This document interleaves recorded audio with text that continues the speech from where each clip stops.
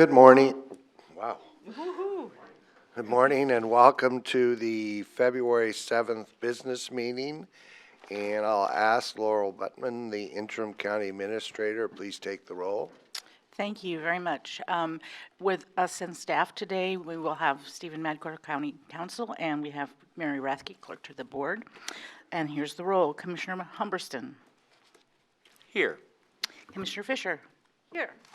Commissioner Schrader. She'll be right back. Commissioner Savas. Here. And Chair Bernard. Here, please join me in a pledge of allegiance. I pledge allegiance to the flag of the United States of America and to the republic for which it stands, one nation, under God, indivisible, with liberty and justice for all. And first up, I believe we have a presentation. Yes, we do. We have Eben Polk from Sustainability and Solid Waste introducing Laurel Bates, who will give us a presentation on waste reduction in local schools through milk dispensers. Yes. Just like to note that Commissioner Schrader is here now. Yes, as is Council Madcore. I serve you well, Oh, Chair. thank you. All right, good morning, Chair, Commissioners. It's a pleasure to be here with you. My name is Eben Polk. I supervise the Sustainability and Solid Waste Program for the county. One of the programs that we provide is technical assistance in waste reduction to schools. We have somewhere in the neighborhood of 170 schools in Clackamas County, and we're able to help about 100 of them each year with assistance. We're proud to say that we have 40 schools in Clackamas County that are certified through the Oregon Green Schools program, which I believe is still the most of any county in the state. And Laurel supervises and coordinates all of that work single-handedly. So she's here to tell us a little bit more about an emerging success story that she has brokered. And we also have with us Galena Dobson, who is Canby School District's Nutrition Services Manager. Go ahead. Welcome. Thank you. Good morning. I am Laurel Bates with the Sustainability and Solid Waste Program.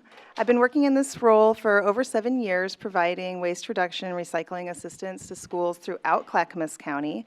And prior to my service here in Clackamas County, I was a school teacher where in my first year teaching, I was given the honor of lunch duty.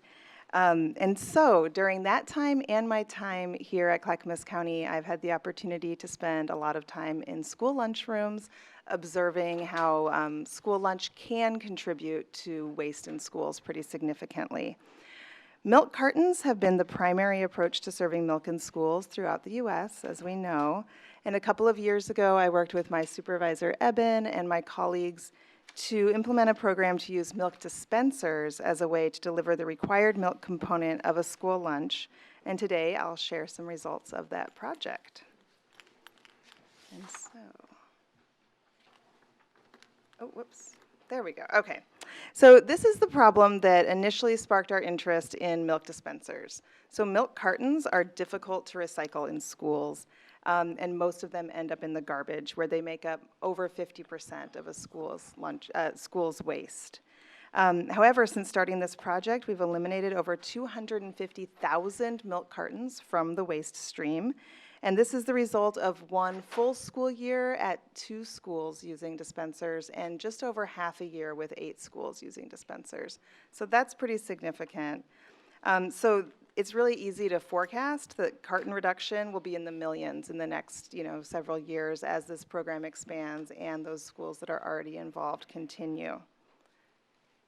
So as we dug deeper into school lunch trash, we learned that cartons can also contribute to a significant amount of milk waste.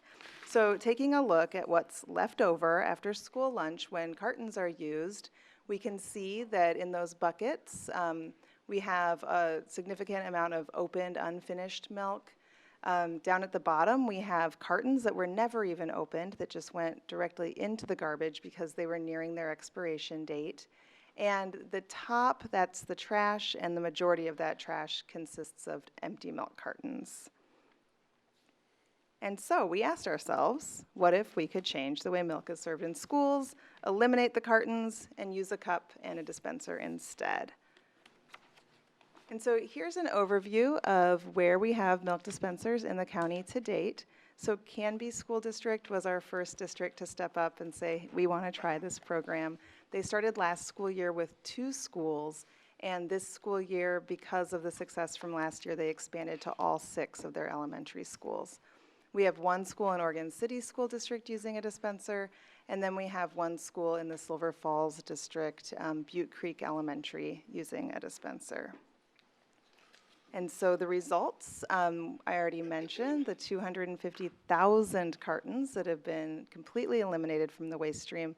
But in addition to that, we've seen over 3,700 gallons of milk prevented from being wasted. So that's milk that used to go down the drain after lunch or just end up in the garbage, hauled off to the landfill. So there are more results than just those waste reduction results that I mentioned earlier. So the benefits go further, and I'd like to introduce Galena Dobson from Canby School District right now, just to talk a little bit about what she has seen and benefits that they've experienced with the program. Yes, so the program has been incredible in our school district. We started at 2 sites to see how it would go, thanks to the partnership with Clackamas County Solid Waste Reduction Program, and we were so excited about that. It was, of course, a learning curve, but the kids now, they think it's so innovative, it's so fun. They're constantly asking if they can get more milk. They're mixing more white milk with their chocolate milk, so we're seeing a huge increase in the amount of white milk that kids are drinking. And a lot of the parents are really impressed with the addition of this product. It's colder, it tastes better, so kids are drinking more of the nutritious milk that we serve to them. We have special programs where parents can come in and have lunch with their kids, and even through that, I mean, they're so impressed with that. So when we expanded it to all 6 schools this beginning of this school year, it was a huge hit, and we're really thankful for the opportunity to continue serving kids with the milk dispensers. Thank you, Galena. Now, just to give a little overview of where we got our idea and how the idea is spreading. So we were inspired by the work of Peter Gutchin, formerly of Thurston County, due to his work with milk dispensers in the Olympia School District back in the early 2010s. So then last year, we started our program here in Clackamas County. Our program has inspired Clark County to get milk dispensers into 4 of their school districts. From there, spread to Marion County, where they're working with the Salem-Keizer School District to get milk dispensers in all of their schools. We've also heard from county officials in California, Minnesota, and Arkansas, and we know that our video that we produced here in Clackamas County with Canby School District and PGA has been shown to federal school lunch decision makers in Washington, D.C. So it's pretty exciting to see how this idea is really taking off, and we look forward to continuing the work. And thank you for hearing from us today about this. Kind of looks like the measles. Spread You it. know, I it's- see what you mean. I've always said there's no logic in government. And, you know, when I went to, lived in a dorm, I love the milk machine. Now I don't drink much milk, but it was wonderful. I mean, it's so logical. Why wouldn't you? Yeah. So, congratulations. That's quite a good work that's occurring thanks to your work and your work. And North Clackamas School District is looking at it now. They are, yep. That's good. That's a big district. It is, yep. All right, any other comments or questions? Congratulations. Oh, sorry, forgot about the light. So I grew up the oldest of 7, large family. We had one of those spigots, milk container spigots. We didn't have the cartons, so way back, our local dairy in our backyard produced these plastic things, and a lot of large families had these dispensers. So I kind of grew up that way. But I did want to just point out that in your PowerPoint, you showed the plastic cup. And there's a debate that I've been into several times in the water district about whether or not we should be using paper cups or plastic cups. And the argument against or China. Argue against that is what it wastes a lot of water in cleaning. And the other argument is you waste a lot of paper, which is really part of your effort. So I don't think we have per se the water shortage issues that maybe make that as scarce of a resource as perhaps a carbon element that has with paper and so forth, let alone a wax, wax paper, which is really what milk cartons are really made of, which is a harder thing to dispose of entirely. So I just want to appreciate the efforts and just point that out, that debate's happened. I appreciate seeing the actual cup and not being a paper cup, so thanks. Thank you. Anything else? Yeah. Oh, go ahead. So I was talking with Eben about this. We were at the sustainability meeting in Lake Oswego, and I asked him that question about the amount of energy that's used to clean the water or to use a paper cup. And you had a very interesting answer, so I'm wondering if you could just share that. Well, specific to this program, DEQ actually approached us to ask for all of our data and to see if they could help us out with a life cycle analysis comparing the energy it takes to make all these different products. And they concluded that this approach on balance is a better life cycle situation. We're using less energy overall and of course generating less waste. It takes a lot of energy to make a gallon of milk, and that's really where the savings comes from because we're preventing so much wasted milk. All right, thank you very much. The next item on the agenda is citizen communication. And I have Don Kingsborough and Leonard Shaber.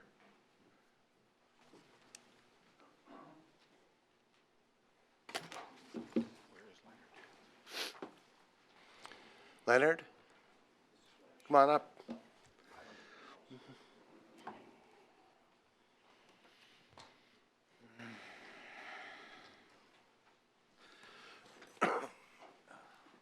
Thank you for coming today. Thank you for coming, bringing the measles, or the memory of the measles. Who's first? Whoever you are, you were first up. First. Okay, all right. Well, good morning, Mr. Chairman, members of the commission.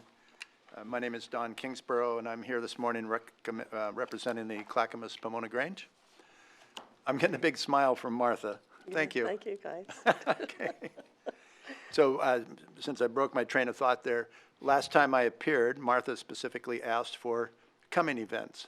So within the magazine, within the newspaper that I put on your desks this morning, there is there's a list, and there's also flyers from different Granges on breakfasts and dinners. So thank you for suggesting that, and I'll try to continue that. That's great. So my purpose this morning is to report to you on the community service that the Granges in York County have done. Begin with Warner Grange, my favorite, my home. We have an Eagle Scout candidate that is doing a project at our hall, cleaning up our back porch, which involves some construction and a lot of other work. And it's kind of nice. A lot of Granges like to partner with Eagle Scout candidates. And we think these are two really good programs that marry together well. We donate our hall free of use to Boy Scouts, Girl Scouts, Cub Scouts, Young Life, Pickwick Theater Group, which is homeschooled girls, and all of these continue to meet at Warner Grange for no cost. They do help us with our cleanup days. We also donated to the Veterans Village Flagpole Fund, and you'll find that's kind of a theme among many Granges.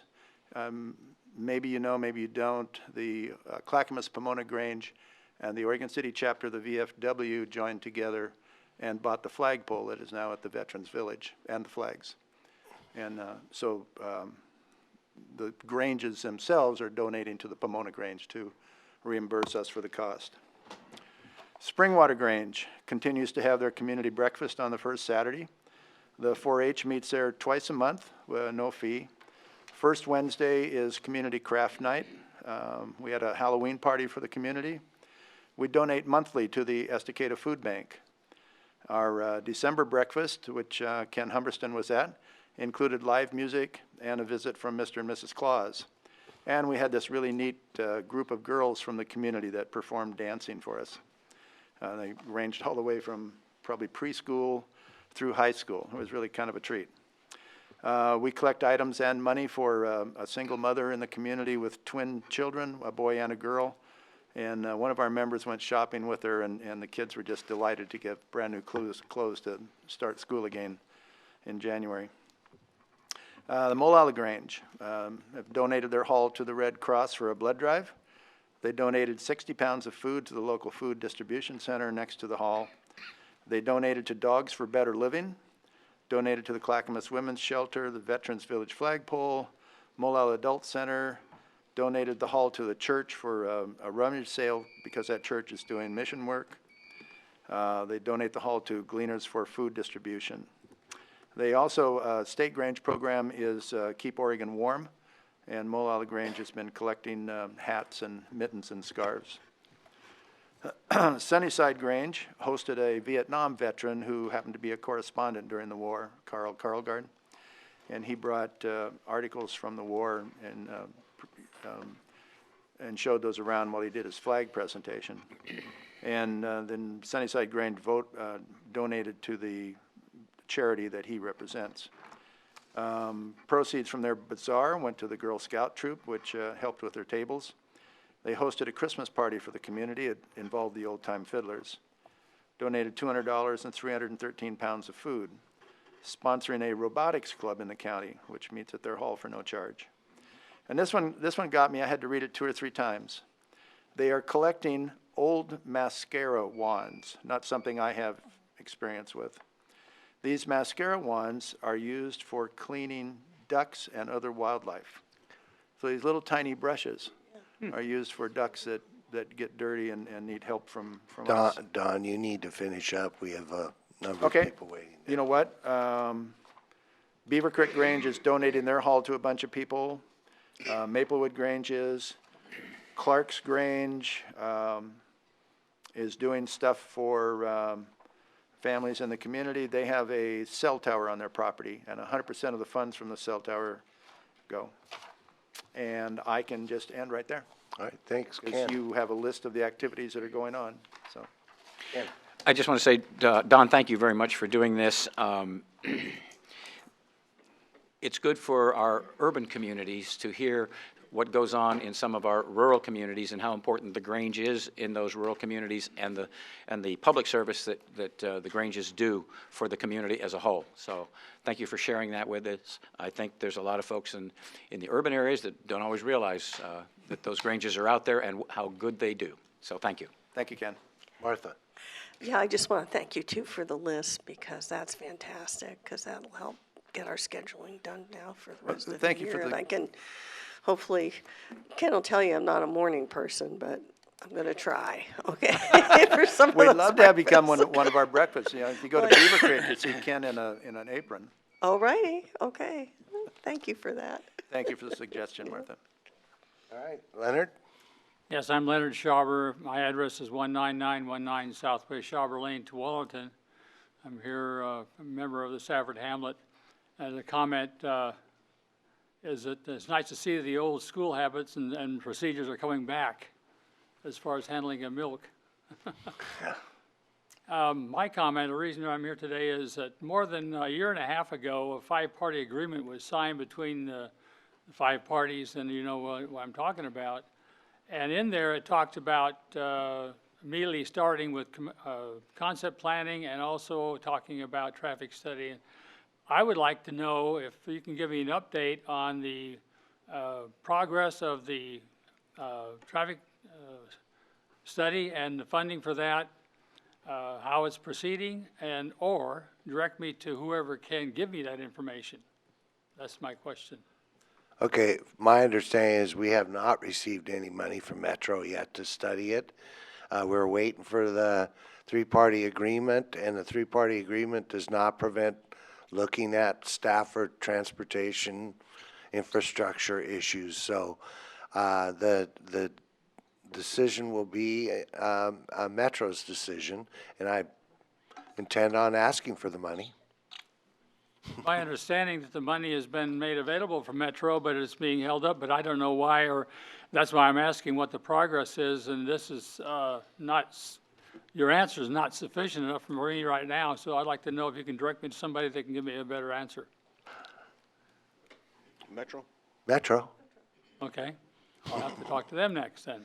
Yeah, that, as far as I know, that's probably the best source is to go directly to Metro. You call Lynn Peterson at 5, I don't know.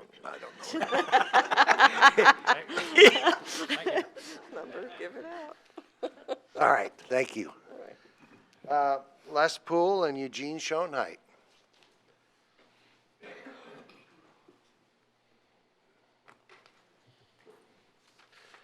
Thank you for coming. Good morning. Les Poole, I live in Gladstone. Timely that the gentleman would be here about Stafford because Metro meets at 2 o'clock today, and I would suggest that that's where he go. And he asks his questions like we do here, and he seeks reasonable answers.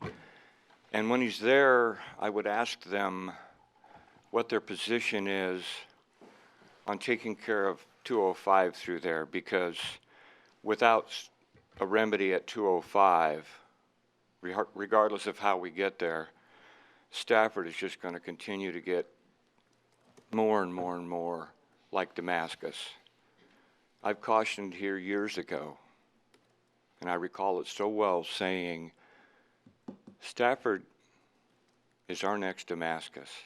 We can't let that happen. And I do want to thank Jeff Goodman and everyone else that's been involved with that. It's a can of worms.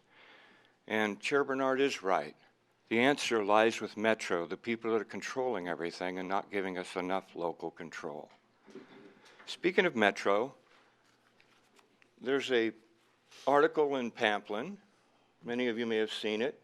Voters will pay to fix traffic snarls. Well, whether you vote or not, if you're working, you'll pay for it. And below that is a subtitle that I hope everyone, when they read the article, gets the message, because it's the real message of the article. It's often in the subtitle. Respondents prioritize road work over max service. That is a deafening message in this county. And it's a message that's floating around Salem now. And the message is, we need to reprioritize some of the money that is being spent on transportation and put it into our most critical asset, which is our roads. ODOT themselves have said the tolling is about behavior modification. Well, if they want us to modify our behavior, they better find a better way than this. Myself and the petitioners on this issue have got until June of 2020 to get several 100,000 signatures. And I'm going to carry this message outside of the halls of this room. There'll be days I probably won't be here, and I know how much you'll miss me. The last thing I want to say is that there is an article here that's by Betsy Johnson. It's an op-ed, and she's a senator from Scappoose. It says we can't give what we don't have. There's also an article that says the Metro mayors endorse a cap on greenhouse gases. Well, that's a very noble thing, and there's nothing wrong with that. But what they're really endorsing is a cap on greenhouse gases and a punitive tax if you exceed it. So the carbon tax, however you want to call it, there's a bunch of variations of it. It comes at a cost. So I would hope folks watch that issue closely and fix our roads. Thank you. Ken? Yeah, I just wanted to respond on the carbon tax thing. Obviously, that's a big discussion at the state level. Right. The point I've tried to make to our AOC colleagues in looking at this piece of legislation is, if this is going to have to happen, and it would appear that it is, then the funds shouldn't be used as a slush fund. They should go towards the actual intent, which is to mitigate carbon going into the air. So use the funds, and I'll give you an example of that. A major employer in Baker County is a cement factory, right, which is a very big polluter of carbon in that process. Those funds ought to, in my mind, be used to help that factory reduce their carbon pollution, not burden them to the point that they close the factory down and all those jobs go away. So I've asked my colleagues at AOC to approach that legislation that way. If it's going to happen, then how do we use these funds to mitigate the damage as much as possible and maximize the benefit as much as possible? I can't guarantee you they're thinking that way, but I'm at least trying to go down that road with them. So just wanted to share that with you. All right, Eugene, it's been a while. Good to see you again. It's been a while. I think I'm back, and I'm back to complain again.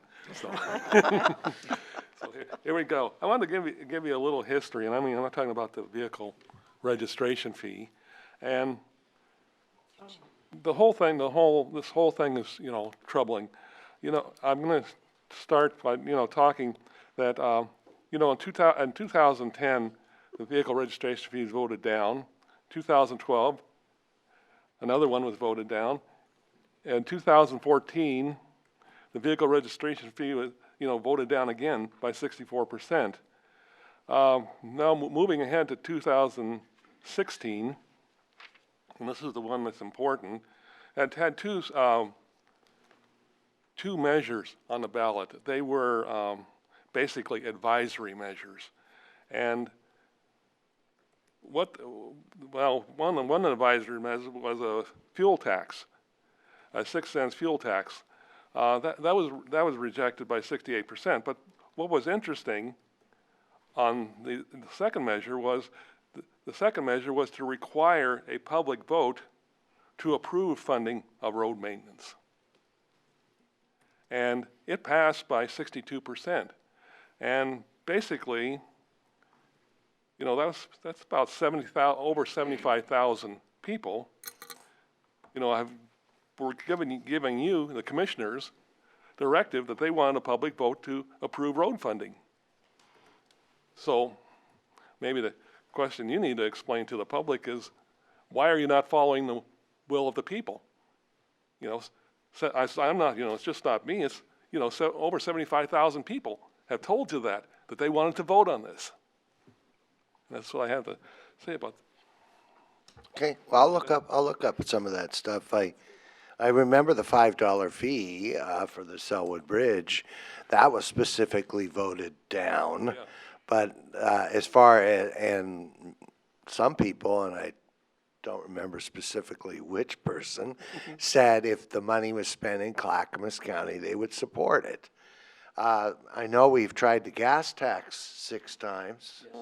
It's failed 6 times.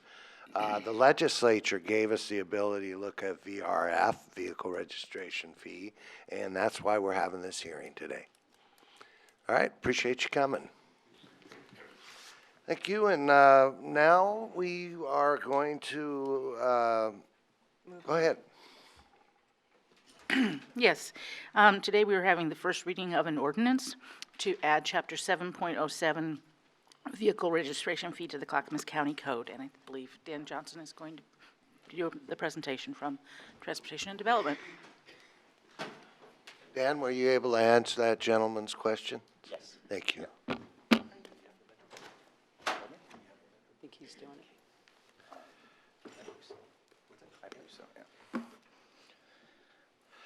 So you announced that this is a first reading? Yes. Okay, thanks.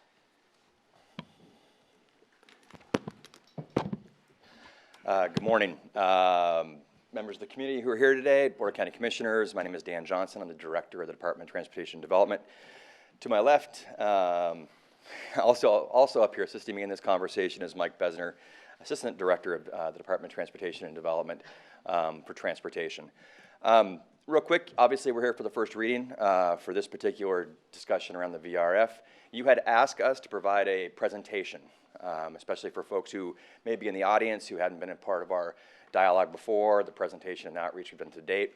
So we've done that. It's smaller. We've shrank it in the interest of time to allow more time for testimony, but I'd like to walk through that just here briefly with you. Any questions? Okay.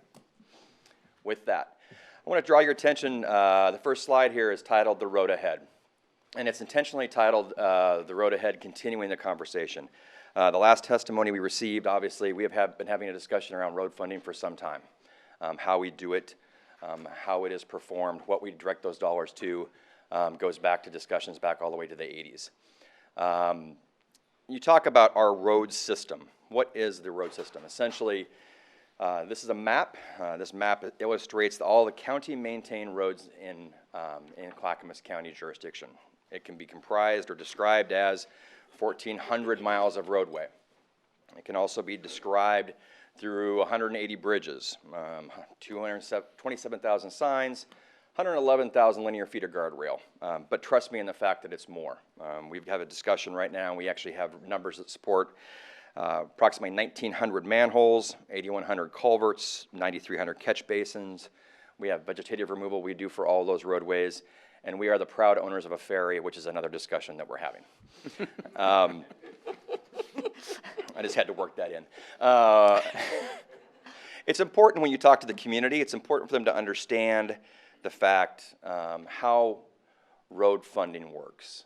And what we've done through this slide and our discussions with the community is broke it down into two discrete areas, one of which is the maintenance side of the dialogue, the second is the capital projects side of the discussion.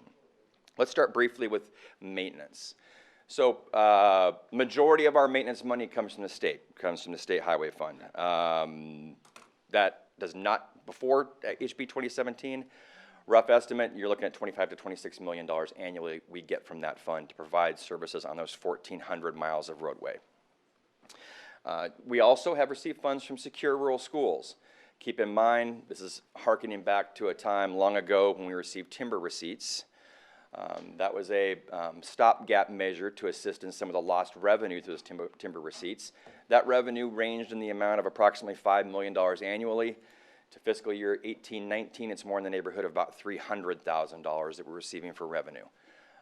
In all honesty, I don't foresee those revenues continuing. I haven't heard otherwise, but they continue to dwindle. Last but not least, it is important to acknowledge HB 2017, House Bill 2017, which the legislature approved, the state legislature. Those dollars are going to be and have been received and are continuing to grow.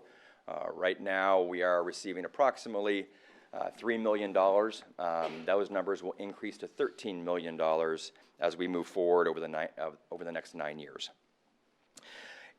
As it relates to the HB 2017 money, it really changed the dialogue that we were having back in 2014 about the jaws of death, where you had discussions around, increasing costs to improve your roads and decreasing road conditions.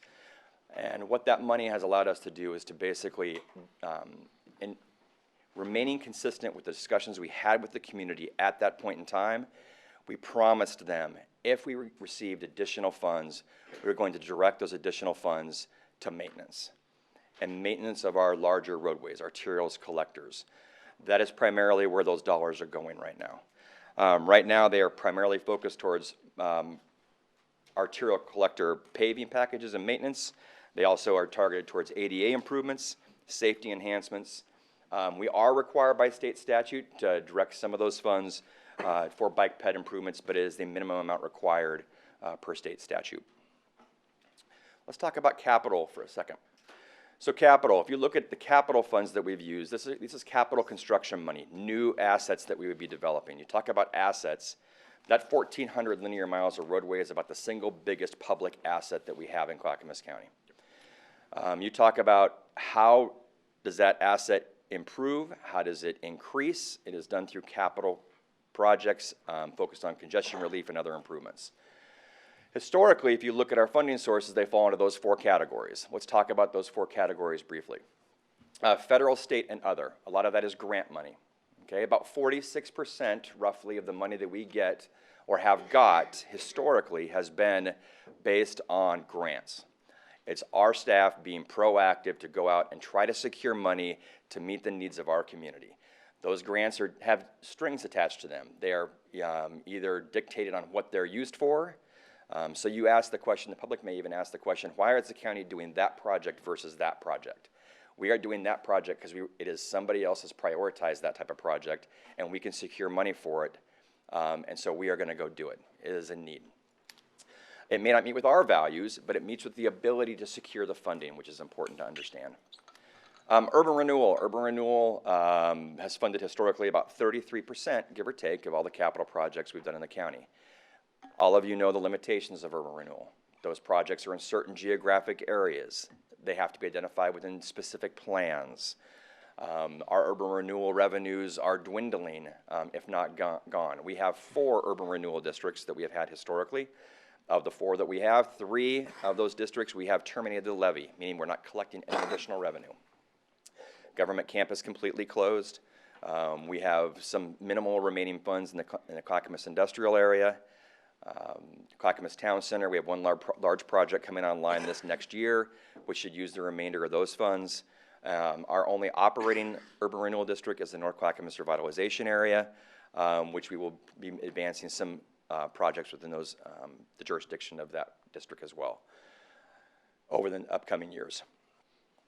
Let's talk about SDCs, transportation SDCs to be specific. These are development-related fees. These fees are collected when development of any type is proposed. It's important to understand they've comprised about 15–16% of our dollars that we direct towards capital. It's also important to understand there are limitations. Those dollars can only be assigned for the capacity increasing portion of projects. If I have a road and I want to widen the road, and that widening creates more capacity, I can use those dollars. But generally speaking, they are a low to moderate percentage of total project costs. They have to be leveraged with something else. Last but not least is road fund. We have historically dedicated a very small amount of our road fund, mostly match, to projects when there's a viability of projects. I think the most at any given one year was approximately $1 million. Is that correct? Yeah, for a bridge replacement. A bridge replacement, yeah. That gives you kind of a history on how and where we have secured monies to assist in our transportation system. So, moving on, you talk about this additional revenue, and you talk about what the county needs are. I want to talk about the term county needs. These are needs that not only we understand internally are needs that we have, but they are needs that we are also hearing from our community. Obviously, we continue to hear from the community about a desire. This area is growing. We continue to have needs, dialogues, discussions around desires for more capital construction, congestion relief. We do not have a local road maintenance program right now. Those are the roads that are in the communities that are county maintained roads, smaller local roads. We use our public dollars where there's the highest return on that investment, which are those larger arterial collectors. Safety, I'm going to turn it over to Mike here for 1 second to talk briefly about our safety action plan, because there are a number of target improvements we have within that plan that are unfunded at this point in time. Okay. So, as you know, we do have a transportation safety action plan that we're proud of. We were first county, we think, in the country to have one, but people are copying now, so it's becoming a little more common. But we have a very aggressive goal, as does the region, of eliminating serious crashes and fatalities on our roads. The only way to do that is to do improvements. And so we had our first iteration of our safety action plan. We're going to be coming actually back to the board in the next couple months with a major update to it. And it's going to actually have project lists of projects on our system that we think will have an impact and move that needle closer towards zero. And so without a dedicated funding source, we can only do so much with it, grant money and whatever other money we can piece together. ADA improvements, we've talked to the board a number of times about ADA, desire to make improvements to current ADA ramps. Pardon me. So I wanted to ask a question about ADA. We have a lot of ADA ramps, throughout the county. I certainly understand. There was a lawsuit that required re-engineering of ADA ramps, and that's statewide or countrywide, or it's certainly countywide. So I could address that. So it's a federal law, right? ODOT and the city of Portland were both sued by advocacy groups, and they reached settlement agreements. And those agreements cover ODOT facilities and city of Portland facilities. The reality is most of the ramps out there don't comply with ADA standards. And a lot of it is because the standards have changed over time and the ramps are old. And so ODOT I don't remember the exact terms, but ODOT and the city of Portland have to replace about 1,200 ramps a year, something like that as part of their settlement agreement, which is an enormous amount of ramps. So our county, we haven't been sued, we're not part of that, but we do have a transition plan, which is a federal requirement to get from where we are to full compliance. And as a result, we have to be investing some resources into it every year to show that we're making progress. Which we are. Yes. We are currently investing dollars associated with those improvements. I want to highlight the fact that in light of those lawsuits, we took a proactive approach and discussed this with the board in development of that transition plan. We have dedicated revenue. You are aware of we had a long discussion, in all honesty, about the number of ramps that we had to improve, the timeline in which it would take us to improve that. We have directed funds towards that effort, and we're trying to advance that, and this would advance that quicker. But we are not alone. Every local agency in the state is dealing with this. Paul had a question. I was going to wait until you guys were all done before I answered him, but because this one here has been brought forth, what average, I know we have a ramp up on that, repairing or replacing those bump outs for ADA, but what's our average cost, or call it a burden, if you will, or funding gap, or cost that we plan on over the next, 30 years, 20 years? Yeah, I don't have it in front of me, but in general, we were budgeting about $200,000 a year just as seed money just to get started on it. With the House Bill 2017 passing, we're going to take some of that and add to that pot.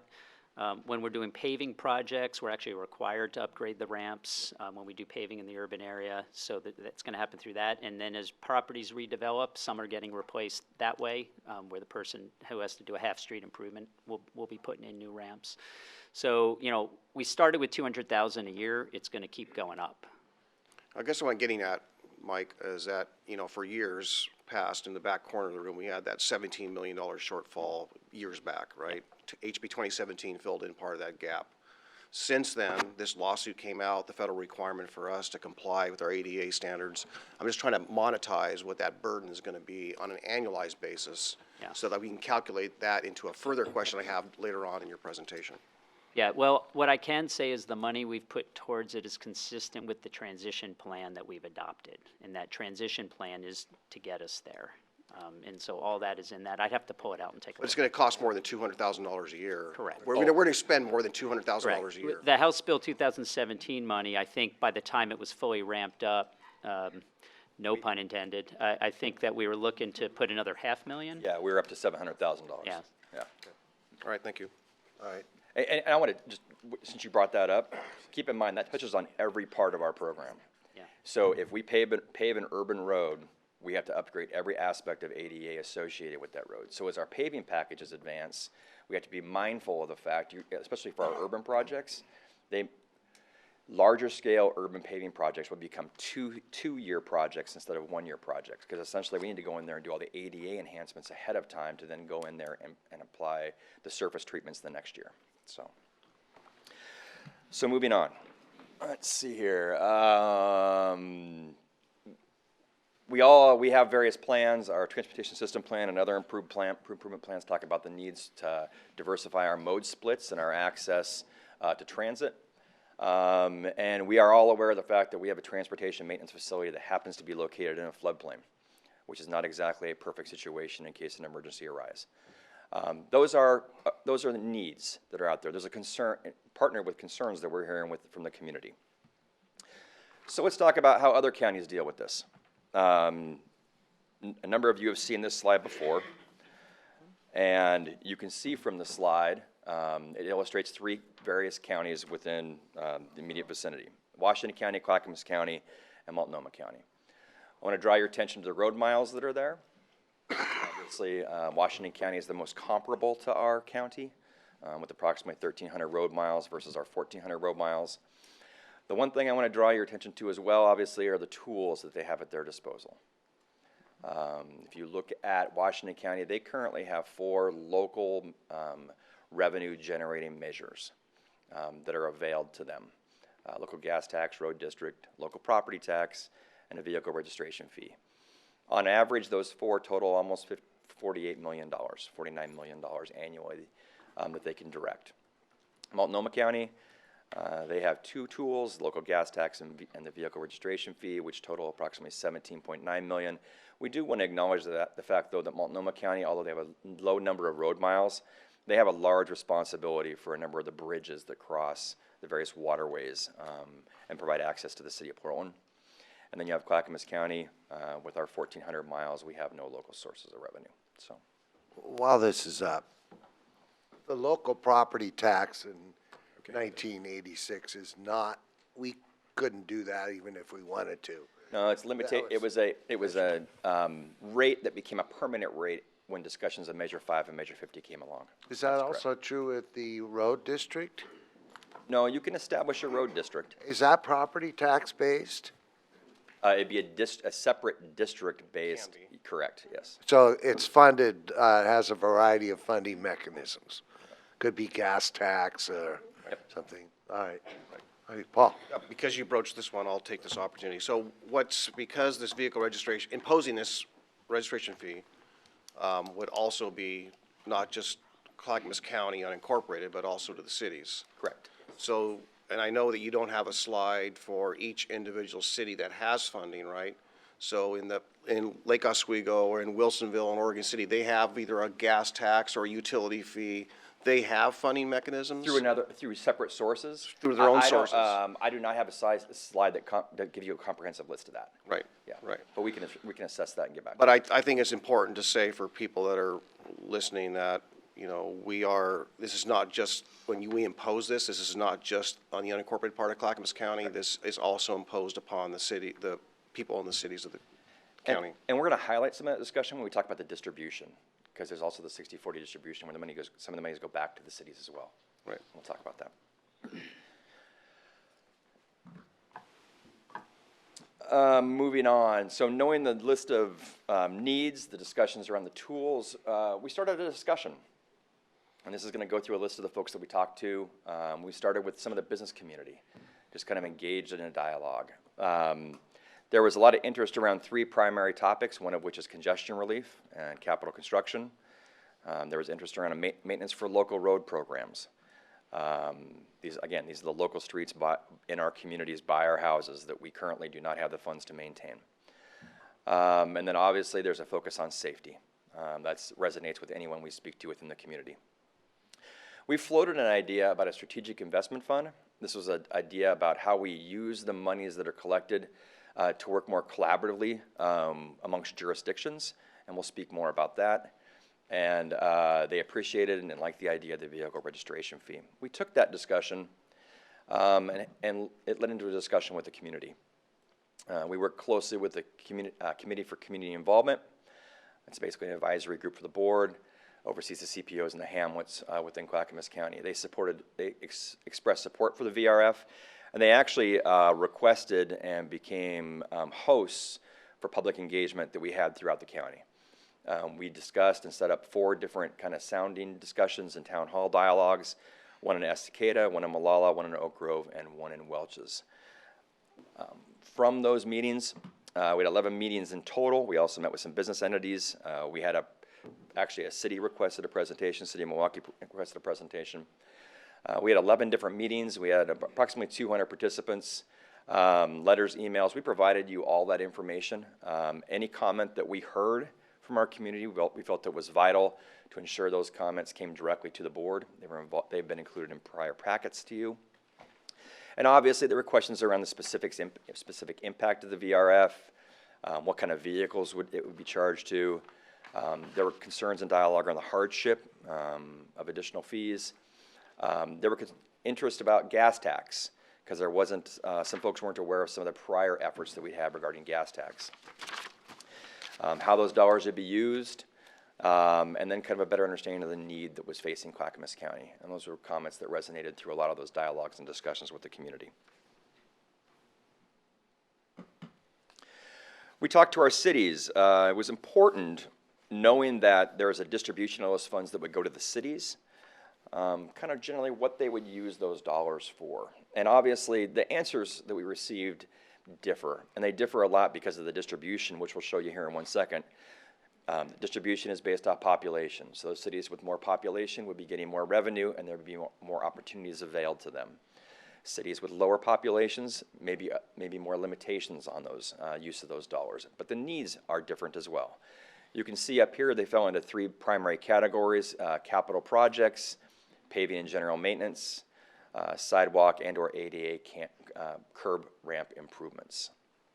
There was support. I have the list here of the cities that I want to say they supported it, but there were comments about how it was supported and how it was implemented. We received letters of support from, or general support from Estacada, Happy Valley, Milwaukee, Oregon City, Westland, Wilsonville, Lake Oswego. I do want to note Estacada's letter did have some interest in how it was implemented to make sure, and a discussion around that or a preference, but there was support from our city partners out there, general support for implementation of this program. So this is the distribution. Let's talk about this in a little more detail. It's a lot of numbers up there. So statute dictates a 60-40 split. So when you look at all the cities that are on that list, that is the distribution of the 40% of the VRF money collected. As you can see, it goes by population, and the correlating distribution is to the right of that. I want to call your attention to the county's portion. That is not 60%, it is 50%, because we've actually taken 10% of our allocation, put it aside in the Strategic Investment Fund, which we'll talk in more detail here in one moment. That can be done. Does not require IGAs with the cities. Essentially, it's the county's commitment to reallocate that 10% portion of our funds into this fund. The concept to date has been a discussion with our Clackamas County Coordinating Committee, C4, directing and vetting projects that come forward for the use of those funds. It would be a competitive process. There's concepts around primarily projects that would result in the city's acceptance of county roadways that are within cities, the jurisdictional transfer of those roadways. And there is also a concept around capital improvements. Are there projects that have multi-jurisdictional benefit in which these funds may be able to either fund wholly or maybe provide gap funding for those various projects? Do you want to add to that at all? So let's talk about, it's important to honor the HB 2017 money and the way that it came in, and then clearly articulate to our community how the VRF dollars would be directed. And before I get into that, there was one note on there I forgot to mention. Our intent is to program all the VRF revenue, if approved, separate from our other state revenue. So at any given point in time, anyone can ask, how much revenue have you collected and what projects have you spent it on? We think that's important to illustrate from the comments that we've heard to date about how local collected revenue is going to local projects. General summary, HB 2017, we've already talked about all this. You can see arterials collectors, multi-use pass. VRF, specifically, we'd be developing a local road program. It would give us about $1 million a year for that program. We'd be looking to develop a capital projects program, about $3.5 million annually it would give us for capital projects. And then we target, in all honesty, the most of it towards safety improvements, but there would be ADA improvements that would result from the capital money and from the local road program that would help us move the needle on that ADA improvement discussion. Okay. What's the impact to the motorist? The discussion is a $30 per year per vehicle cost. It's collected every 2 years, means $60. We did have specific questions about its applicability to one-time permanent vehicle registrations, veterans, et cetera, disabled vets. Classic cars. Whatever may fall into that category. If it is collected once, it is collected once. And if there's no longer a need for collection, it is not collected. State statute dictates a lot of this, but obviously it includes motorcycles, cars, pickup trucks, vans, other passenger vehicles. It does exclude farm vehicles. We had a lot of questions about farm vehicles and its applicability there. And then heavy trucks, I'm not sure if you want to talk briefly about the weight mile. Well, sure, yeah. Trucks they don't pay a registration fee or the gas tax. That way, they contribute with the weight mile tax. So as a result, and the law is cited up there, but ORS does not allow us as a county to force heavy trucks, and I think it's 26,000 pounds is the threshold, but we're not allowed to charge them a registration fee. Any questions on that? So, this comes to the end of our presentation. Next steps, obviously we have today's hearing and first reading. The second hearing, second reading, is scheduled for February 21st. At that point, there will be BCC action to either support, deny, or delay the discussion on the VRF. We do want to inform the public there will be another information sharing session that Mike Besner will be heading. It is the Citizens Informed and Aware group. It's scheduled for February 13th at 7 p.m. and it's located in the Rose Villa Performing Arts Center. I want to make sure that we're clear that that's information only. We can answer questions, but if there's testimony that's received, we would encourage those folks to show up at the February 21st hearing in front of the Board of County Commissioners. I got one more. You're looking at me like you want to. Okay. Let's see here. We also want to direct folks to the webpage. All the information I provided today is on this webpage, as in addition to community comment. And I want to close on a couple points. We didn't make this up. So every year PGA goes out and does a survey of our citizens in Clackamas County. And every year, since 2000, I'm just going to read these stats off. So since 2008, with the exception of 2012, our citizens have said road maintenance, safety, potholes is one of the most important issues facing Clackamas County. In 2012, it was second. Traffic congestion, need for more roads, has been an ever-increasing concern since 2016. To the point it was second in the priorities for Clackamas County behind road maintenance in 2018. If you look at that survey, there are also other topics that are there which relate to these concerns. So it's growth, it's development, it's all those things that are impacting our road system are making up that top percentage of those concerns we're hearing from our citizens. I want to be clear with the community. We've been sharing this during our presentations. The direction around the VRF will not reduce the service that we currently are providing. We've got revenue from HB 2017 that's directed towards maintenance. We will continue to do that. We are developing programs around the scope and scale of our transportation maintenance program, and we are getting that up to speed and look to create a more enhanced program in upcoming years. It's a promise that we made during the funding discussions with the community in 86, 95, 97, 03, and 2016 if revenue became available, and we're going to stick to that discussion. This discussion is in regards to these other needs. And people, we are very frank and honest with people. When we talk about what those needs are, we are having discussions with our Board of County Commissioners and the community and other folks around how you fund these large-scale regional dialogues around projects. We're talking about Sunrise, we're talking about I-205, we're talking about all those projects, and those projects and those revenues come from other sources. I can honestly tell all of you today, those urban and local roads that are dictated for capital improvements, where capital improvements are needed, I do not have, nor does Mike have a good handle on where those revenues may come from. There aren't a lot of tools out there. That's dictated a little bit through our transportation system plan, which we vetted through the public. That TSP, we took a more active approach to it. We tiered that TSP. And we made tier one projects we really thought we might be able to get funding for, versus historically where you just had a plan and it said, hey, here are the projects we need, go find funding for it. We prioritize those projects. That TSP we have right now funds 15% of all the transportation system plan improvements we need for our community. And the might is a legitimate might. We might be able to find dollars for that 15%. And just because of the lack of revenue and the lack of sources that are out there, and they can keep dwindling, okay? I would be happy to answer any questions. Actually, Mike would be happy to answer any questions, and we can go from there. You're leaving, so Mike has to answer. No, I'm just kidding. He's not going anywhere. No, I'm not going. Paul.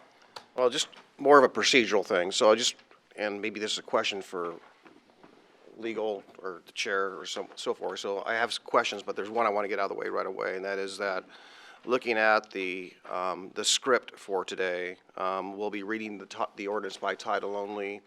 We'll be taking public testimony, and then we'll be coming back on Thursday, February 21st in the evening for more testimony, correct? Yes. Okay.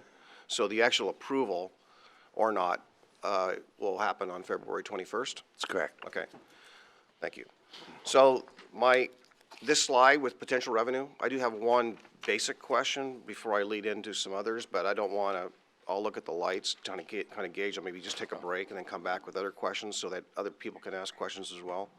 But I see that by the script. This is our only time to ask questions, which is now, so I'm taking this Well, we opportunity. could take public testimony, then you could ask questions If you want to do that, but I'm reading this, I just want to make sure I'm not out of order. We've already lost one person. I'd rather hear public testimony first, Yeah. if that's okay with.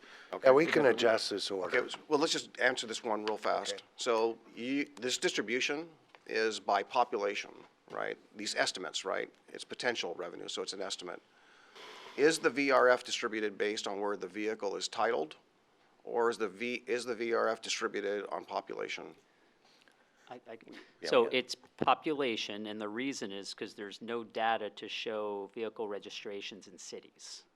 The state just does it by county, and so the counties all split their money, their big share of the highway fund by vehicle registrations, but the cities all split it based on population because it's all they have.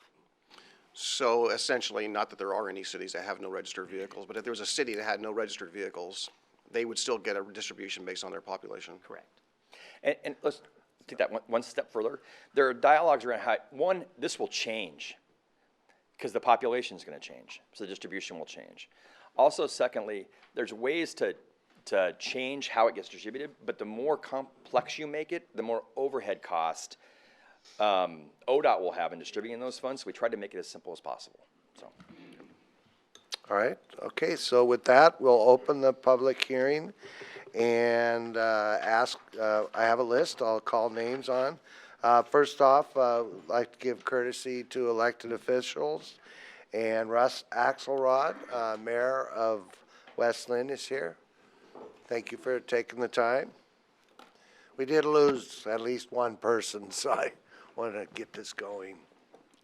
Thank you, Chair Bernard and Commissioners, for taking the time to allow me to speak today. And I want to thank you for your service. And if I might digress for just briefly 1 second, I want to acknowledge your Sustainability Board and the efforts they're doing in the schools in reducing waste. And my question, I'm not sure why our West Lynn Wilsonville School District isn't amongst that list, but I'm offering my service to help push our school district if that need be, so I'll follow up with your staff on that. So I'm here on behalf of the City of West Lynn, and I want to let you know that we support Clackamas County's consideration to enact a countywide vehicle registration fee, or VRF, to meet our ever-increasing needs for our county and our local transportation system. This would provide the cities and county with greater ability and additional resources to address our congestion, safety, and maintenance needs on our roads. As illustrated by your staff today, Clackamas County is the only one of three Portland metropolitan area counties that has no local source of transportation revenue. As we have discussed at the Clackamas County Coordinating Committee, or C4, new, stable, and locally controlled revenue will help the county and cities promote local values, such as addressing maintenance needs on our aging roadways, and will support opportunities for new projects needed to support multimodal traffic moving reliably and safely throughout our growing region. Additionally, proposals at C4 to create a strategic investment fund from the potential county VRF revenue offers a new tool to promote cross-jurisdictional coordination to meet our mutual congestion relief and maintenance objectives. The City of West Lynn views this funding as an important part of our need to address local street maintenance and advance improvements to important corridors in West Lynn, such as Willamette Falls Drive and others that we are working to restructure. User fees, such as that represented by the VRF, are not only a credible approach to addressing our roadway needs, but the data presented at C4 indicate that Clackamas County's vehicle registration fees are well behind those of other jurisdictions. This funding is expected to further unify the county and partner cities to better position regionally important projects in the growing competition for limited regional, state, and federal grant funds. We recognize and appreciate that passage of a local funding ordinance can be a challenge, but it is also necessary to respond to countywide needs such as our crumbling roads, safety hazards, and ever-increasing commute times. We support Clackamas County making a bold decision today, or on the 21st, as you will, at your second reading, to address local funding needs through passage of this VRF ordinance. So I encourage you to continue on track, and I look forward to the opportunity for our local collection of fees. If I can answer any questions, I'd be happy to. Any questions of the distinguished mayor? Thanks for coming. Thank you. Thank you for the opportunity again. Thank you. Next, we have Jim Myers and Kate Greenfield.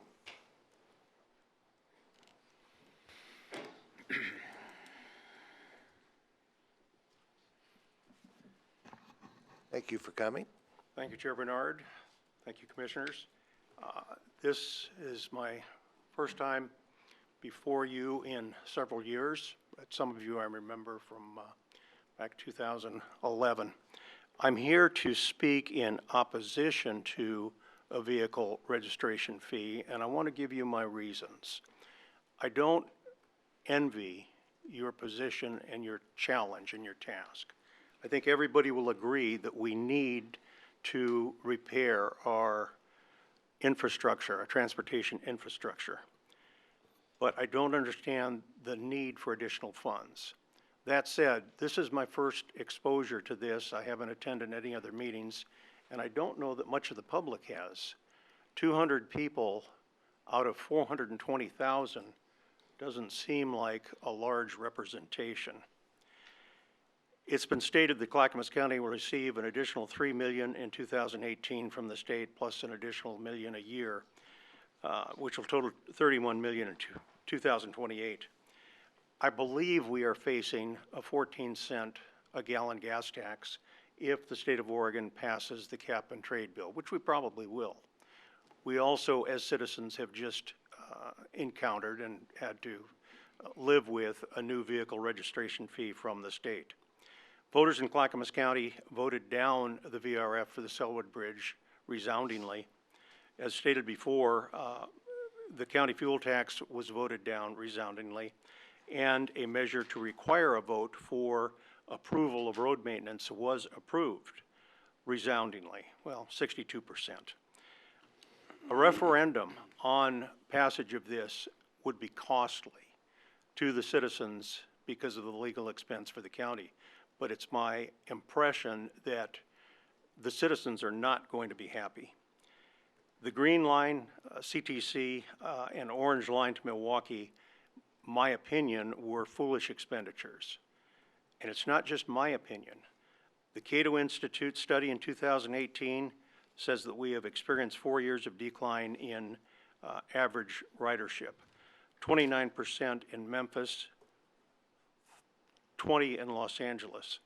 Cascade Policy Institute, the Portland Tribune, and even TriMet's Metro report of 2018 shows ridership down. It's my opinion as a businessman, we should run things more like a business. And I don't claim to know how you allocate funds or what pockets they go into, but as a taxpayer living south of Molalla, 10 miles south of Molalla, I pay a large amount of property tax. I honestly don't feel I have any fire protection. We do, but 10 miles south of Molalla for a volunteer fire department, no, it's not going to happen. County sheriff, probably not going to happen.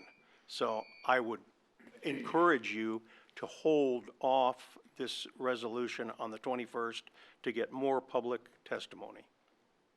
All right, Can I have just a second more? Sure. Taxes have consequences, and I want to give you an example.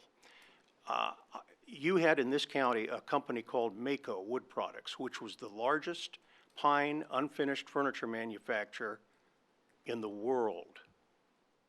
They've since closed and moved to Washington State.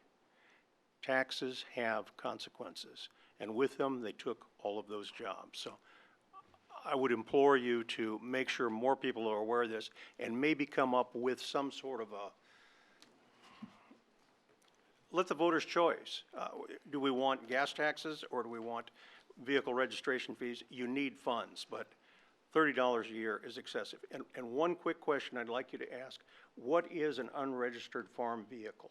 Because there's a lot of nursery people in the state. Is it a truck that is licensed for farm use, which is registered? Would those be included? I don't know the exact definition. We should but- probably find out before there's a vote.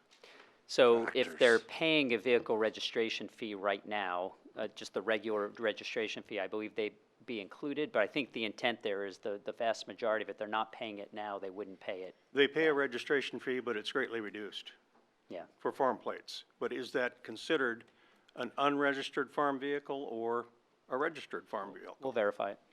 It is in the packet. It does list the specifics of who would pay and who wouldn't.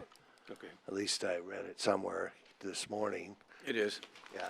all right. Thank you very much for Sorry, your time. just add one thing, it's, state law says, vehicles registered as farm vehicles under the provisions of ORS 805.300, which is farm vehicle registration. So we'd have to dig I'll pick into up a that. packet. I'm sorry, I didn't pick Would one. not pay. Are exempted.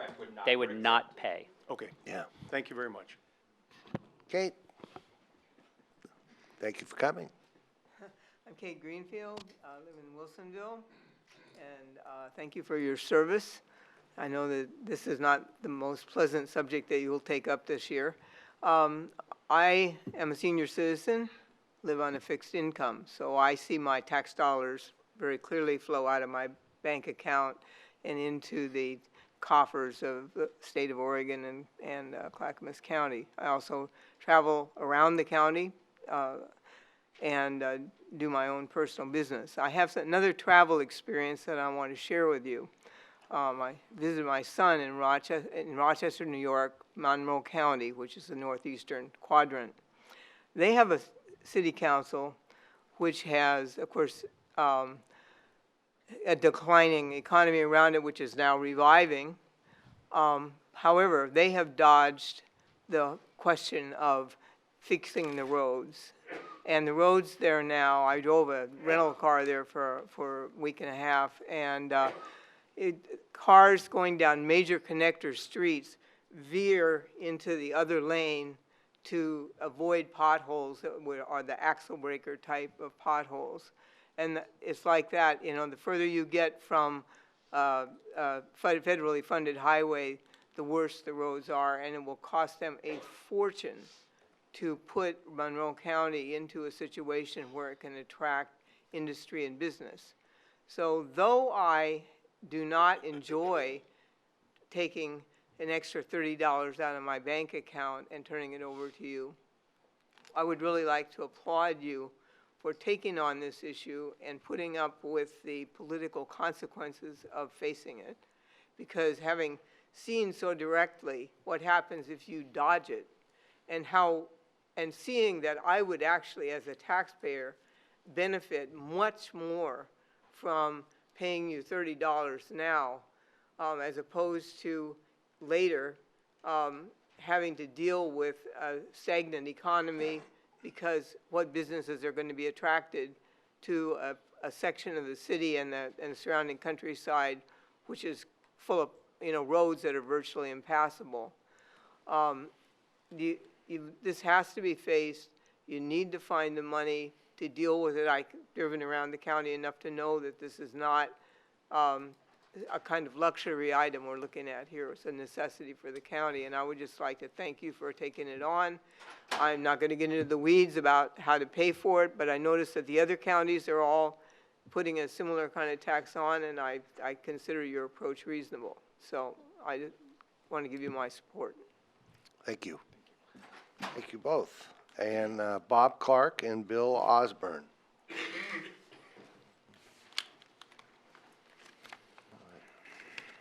I got nothing. Bob Clark, Elvis Clark, actually. I live in Milwaukee with my wife and a dog. We live on a Social Security and a pension, and So affordability is the question, and I would hope for a lesser amount than the $30 a year. In Milwaukee, we have had an increase in our street fee of 20% last year, and the sidewalk fee was imposed for ADA 2 years ago, and that's like $60 a year and working its way up. And then also we just passed the North Clackamas School District bond, and so that'll be close to $400 a year extra. So affordability is the question, and also one thing on the ADA with Milwaukee, I noticed they put in some ADA ramps in the last year, but they were kind of crazily designed that I've seen the people on ADA-assisted vehicles, they're actually driving up the street and around the ramps that they put in, because I guess maybe the ramps had to be designed because the water flow or something. And so people are actually avoiding the ramps. So I question the ADA. You had to be really careful on that, and I would keep the split between the county and the city at 60-40, because I'm not sure that I suspect that the slush fund would happen with the 10% like bike paths and trails. I think those are a lesser value to us, or lower priority anyway at this point. So I would hope for maybe a lesser amount. Of the 36 counties, I looked on ODOT's site last night, and there's only about 2 counties that have a vehicle registration, and they're Washington and Multnomah. And Multnomah's at 19, and Washington is at 30, so maybe closer to 20 would be a better number for me. Anyways, maybe I'd get a few more donuts that way. Anyways, bye. Thank you. Thank you. Bill? Hi, Bill Osborne. I live down in Gladstone. Spoken with most of you, met with a few of you on a number of occasions. One of the things I'd like to point out is in Gladstone, I already pay taxes to maintain our roads. So this is like kind of double taxing me, and 40% of that's coming back. So essentially, I'm being taxed twice on the same road, since Gladstone will yield 40% of this, and I don't think that's right. The distribution also being essentially what you're asking for is twice what you need. 50% is going to go to the Clackamas County roads, 40% to the city, 10% into the fund for the special projects, which, again, who knows what those are. And the distribution by the population, too, I mean, that sounds very inaccurate. I mean, if you've got 20 cars, you may not be paying, or the city may not be benefiting, or if you're registering all those. Not that I know anybody who has 20, but it's to me at least, it doesn't seem like a fair distribution because it's not accurate. The ADA ramps. Now, I don't know if, and I assume that you guys have looked into it, or the department has, on whether there's any federal money or any ways to get those privately. I know in this day and age, there's a lot of people out there with money and they want to give. Most of us don't like to give to taxes, but we find projects we like and we donate money. And I don't know if that's an option that you've looked at. And like the gentleman next to me said, there's 2 other counties with the fees. I didn't put them up here, but yeah, it was 15 or 19 for Multnomah County and 30 for Washington. So much like with the gas tax, we have nothing and we're trying to jump in and catch up with the leader. And that's a hard pill to swallow.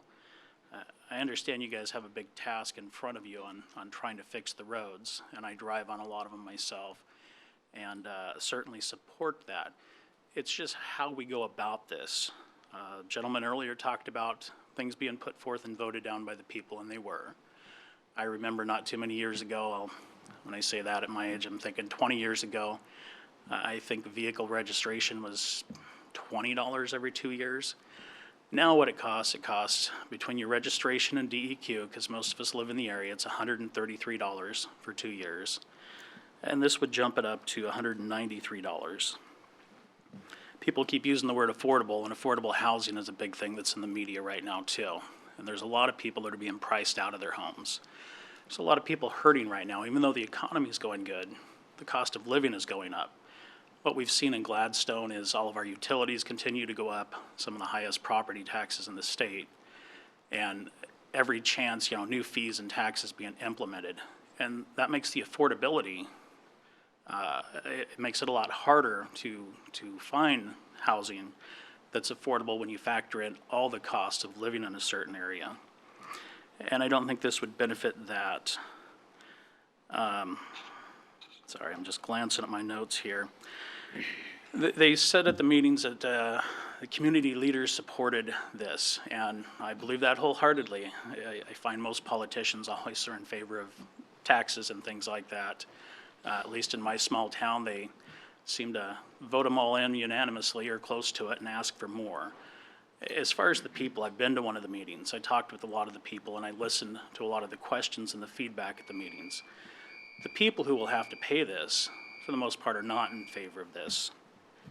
And I always look for trying to add creative solution to things instead of just griping about problems.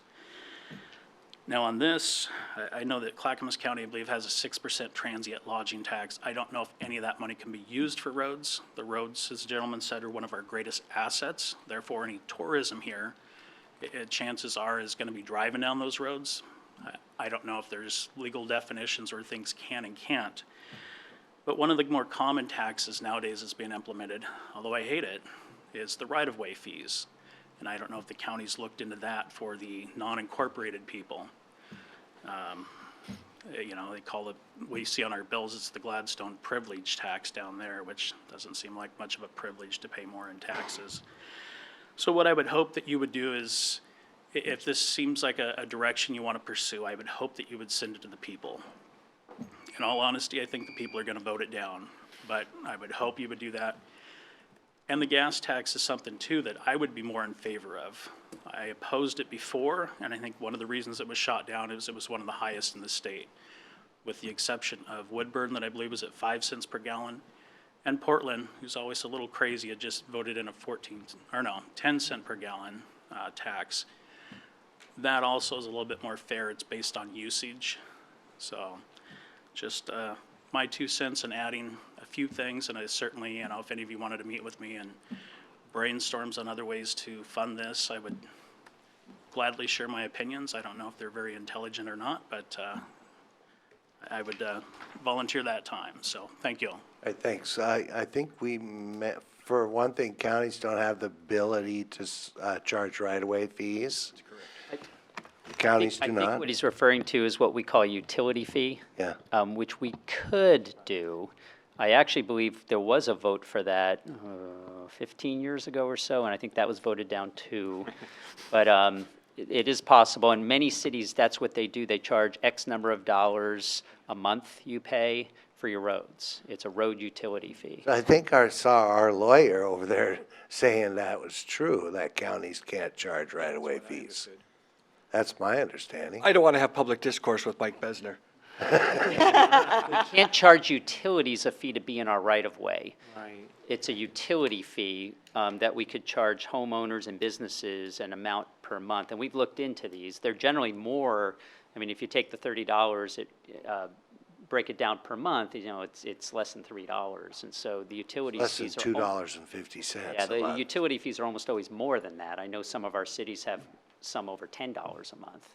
But it's also, we don't have a billing mechanism. It's easier for them because they usually supply water or some other utility, and they could just tack it onto their existing utility bill. We don't have that ability, so we'd have to create an entire new system for collecting. And also, the population, I believe you said, was state statute. That's how they do vehicle registration fee. That's how the cities divide their share of the gas taxes by population. Okay, all right, thanks. Thank you. Thank you. Eugene Schoenheit and Les Poole. Eugene already. He doubled that.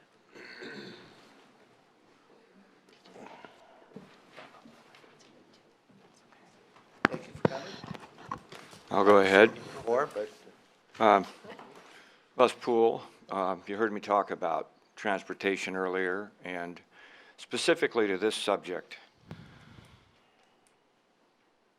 I've noticed that everyone I talk to doesn't know what's going on. And that's the biggest reason I'm here today.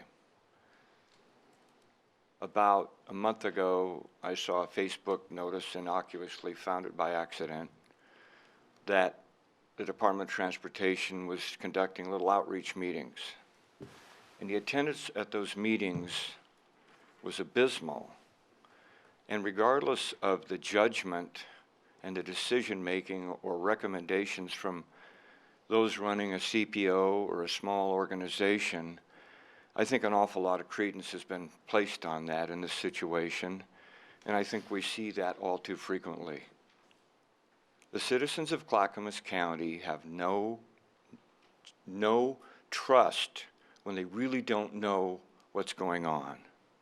And I can recall a couple of months ago where Mr. Johnson here wasn't real sure about what the gap was. And I'm sure he has a better idea now. But we have a gap here, correct? We've got money coming in, we've got a problem, we need to remedy it. I've been here for 4 years talking about it. And when I hear about a registration fee, but I don't see any public awareness, I don't see any trust in the process. And what I see is outrage, and whether it's justified or not, by the time the public knows, we're going to get hit again. And hearing that it's $2 or $3 or $1 a day, I hear that about every fee increase. I will take you all out to lunch. I will take you all out to lunch if your upcoming budget doesn't include fee adjustments. Fee adjustments are fee increases, okay? My car has to go through DEQ, which that price went up. That's not included in what we're talking about. Okay, it comes with the territory. It's going to cost me well over $200 to register my car. Well, Mr. Poole, you should do that. You should go along with that. Well, Mr. Poole would do that if he felt that the money was prioritized better transportation-wise. And Mr. Poole and others would probably be much, much more confident if they saw grant money and more pursuit of grants for roads rather than accommodating Metro's vision at Park Avenue, rather than being so focused on transit. And I understand how the money works. I understand how the federal programs are. I understand that without planning and planning money and grants, we can't do anything. I also understand that, as I said in the first place, we do not have adequate participation or notice about this, and I haven't seen anything that fully justifies what's going on. So I would hope that you delay the next meeting, do some more outreach, and when you do have the next hearing, I should say, let's have it in the evening. Let's have the public all here and have them know what's really being proposed, where the money's going to go, and have them know as soon as possible whether or not you intend to refer it out for a vote or approve it. And if you decide to approve it and the citizens don't feel it's justified and they take the initiative to put it on the ballot, I think that's a good way to go. I'm not going to hold it against anyone if you decide to go ahead and approve this, because most of your minds are already made up anyway. So I will be very vigilant about this, and if I see a justification, if someone can convince me and others that the money's really going to go to maintenance, which was the original problem, rather than to resolving a lot of other issues, you'd probably be received better. So I thank you for your time, as always, and I'll cede the microphone to a gentleman I haven't seen in a while. Eugene? Okay, Eugene Schoenheit, I'm back. We have something that's important that you need to consider in this whole thing. And I'm going to go back, let's just say, go back 2 years ago before everything, before all the new fees will happen. 2 years ago, we were basically receiving about 24 million gas tax money plus other fees. And your project list, and basically what that went to was your must-do projects, need to do, and like to do, and there's even another category, well, projects that you would really like to do if you had could do it 100%. Generally, you prioritize them, and things are like they are today. You just received, an increase in state gas tax money. The gentleman said 3 million last year, plus that's basically plus $1 million every year, up to about 2027 when it will be 13 million. Overall, you just received another 88 million over a 10-year period to do, some of the projects that you're proposing to do now, or the repairs that you're to do now. And what I'd like to say is that, I feel this taxation is almost a double taxation. You've already had an increase to cover this, and yet you want more. I mean, to what level do you really want to improve and repair the roads? I mean, you just picked up 88 million. I know that doesn't cover that, probably not cover that 100%, but, to what, extent, how, just how far do you want to go?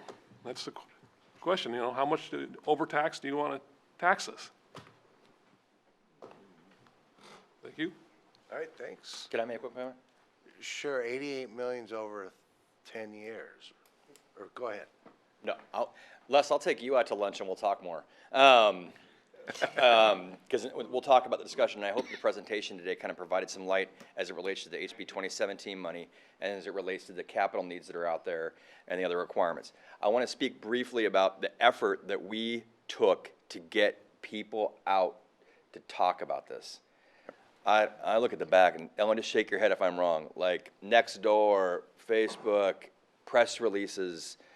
If they called, we talked. We took advantage of other meetings we were having in communities that had no discussion regarding the VRF, where Mike took the opportunity to say, hey, you know what, while we are all here and we're all talking about something, let's talk about this. I want to make sure you're aware of it. I don't know how to get more, I don't know any other avenue out there besides I go door to door to get people to talk about this. I will tell you that the discussions that we had were meaningful discussions. They were open, honest dialogue. Like I said, we committed to make sure all those comments came forward to you folks. Some were more interesting than others. Estacada was a great discussion. It was a great discussion around need and the dialogue and how the tone of the meeting went. Because there were a lot of unknowns, and there were a lot of like, hey, what's the money being used for? And once you get through that discussion with them, that tone differs a little bit and changes a little bit. So I just wanted to make sure, we tried every effort in our part to get the word out. So. All right, thanks. May I make one more comment? Sure. The money, the new tax money that you're just getting is coming. You have the remainder what you used to spend in the first 24 million, which is now available for these newer projects, or what as you refer to, the needs. So. Okay. All right. Thank you. Greg Ernst.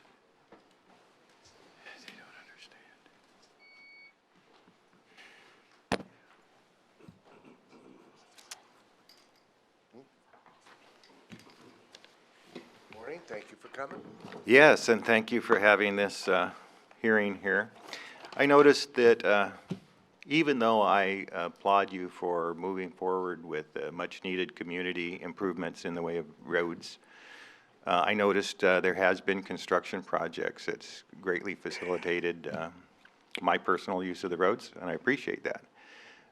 What I'm here about isn't contesting the will and the desire to maintain our assets. I would like to point out that being aware of these meetings was very difficult. I just happened to get an email from the county recently, and surprise, surprise, there's all these hearings that have been around in my area, which would have been Estacada. And to be honest, my neighbors have never heard of this. So I know that it's difficult to get that out there, but on the email, there was no phone number to call, and there was no address or person to contact to write a letter, which I would have preferred to have done. So I feel that the effort, even though it has maybe been great, it's fallen short. I would assume that 95 to 99% of your community is not aware of this. So even though there is a need, I feel that this is an unfair distribution of costs for owners, hobby enthusiasts, or people that have multiple vehicles. Most households have multiple. So how many cars can you drive at one time? One. And so if you have multiple vehicles, classic cars that maybe you're on the road once out of the year to go to a car show, well, this is an unfair burden. I would prefer actually a gas tax. I'm not opposed to a gas tax. If you use the roads, you pay for the roads. So motorcycles, I notice it's a reduced fee for the motorcycles, $15, but you know, the impact of a motorcycle on a highway as far as any kind of maintenance issues is like negligible to none. You know, there isn't any. If we think about trucks, you know, pickup trucks and things like that, well, if they're using gas, they get poor fuel economy, but their impact on the roads is greater, contributing to the maintenance issues. So I applaud you that you're addressing an issue that needs to be addressed. I also applaud you that there have been very many, I've seen road improvements, and I appreciate that. I just think that this vehicle registration fee is something that hasn't been floated to the citizens in a really informative manner, and I think it's also an unfair distribution. That's it. Thank you. All right, thanks. So ClackCo, does that go to everybody? Every household? I believe Yes. so. Yes. All right, I just want to check on that. And that was, there was an article within that about that. I also want to speak to one of Les's questions and his requests. The 21st is a night meeting. And that was at the request of the board to make sure we had one during the day and then one during the night, so. All right, good, I won't show up in the morning then. That'd be great. You better show up, but just don't show up for the hearing. Right. So anyone else? With that? Would you like to add something real quick? Well, He already spoke. I suppose not, but you can't do it from back there. And did you want to come up? Come on up. Is he gonna call? You just need to turn in a card when you leave, so we can just keep record. Thank you. I forgot to say this when I was up here earlier, but another thing that's, you know, looming on the horizon that everybody is against, except for a small percentage of people, is the potential tolling or penalizing people to use the roads during rush hour when they're going to work and coming back. So when I spoke about affordability and things, that's one of those things I think is also key in looking at this, is that the cost of getting to work and back daily may already be increasing for some people. I thought you said you had a question. Oh, comment, sorry. Oh, okay. I just wanted to make sure you guys also were thinking about that. We don't support tolling unless it adds capacity. Exactly, and I think most people are like that. And maybe even, you know, potentially on creative solutions, looking at roads is, you know, as a guy on the street and somebody who's usually against taxes, if I'm using a road that's been improved, I don't mind the tolls that pay for that improvement.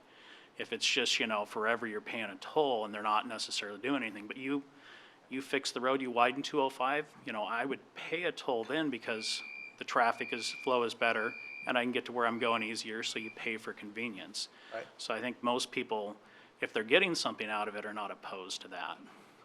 That's all I had to add, thanks. All right, thanks. Hi, I'm Give Jerry us your- Carlson. I live up in Brightwood. Okay, thanks. And have multiple vehicles and motorcycles. And I think that if we go with the registration fee, we're going to tax the people that live in Oregon and drive on the roads. If we go with a fuel fee, we're going to be able to get money from the revenue of people that are coming in through our county and collecting it from them. I briefly heard you guys say something about 14 cents a gallon. That's going to be hard to pass. If you guys started off with 3 cents a gallon, see how that works for a year or two, and then bump it up a little bit, I think that's a Yeah, we pill. didn't go 14, we went for 6. Oh, I thought I heard 14. No, that was a state one, right? That's correct. That was That's- the discussion around a possible cap and trade discussion. Yeah, that's cap and trade. Yeah, 6 cents I think would work, and again, we'd be able to tax everybody that comes through our state. We totally agree, but it's failed 6 times. Well, then start a little lower. It's a negotiation, come on. I would guess we did start pretty low. I think Sandy tried 3 cents recently and failed. It was pretty low. You may not know. I'm not looking for you to answer. Anyway, we You know, appreciate living it. up there, I see a lot of people going skiing. I avoid it like the plague.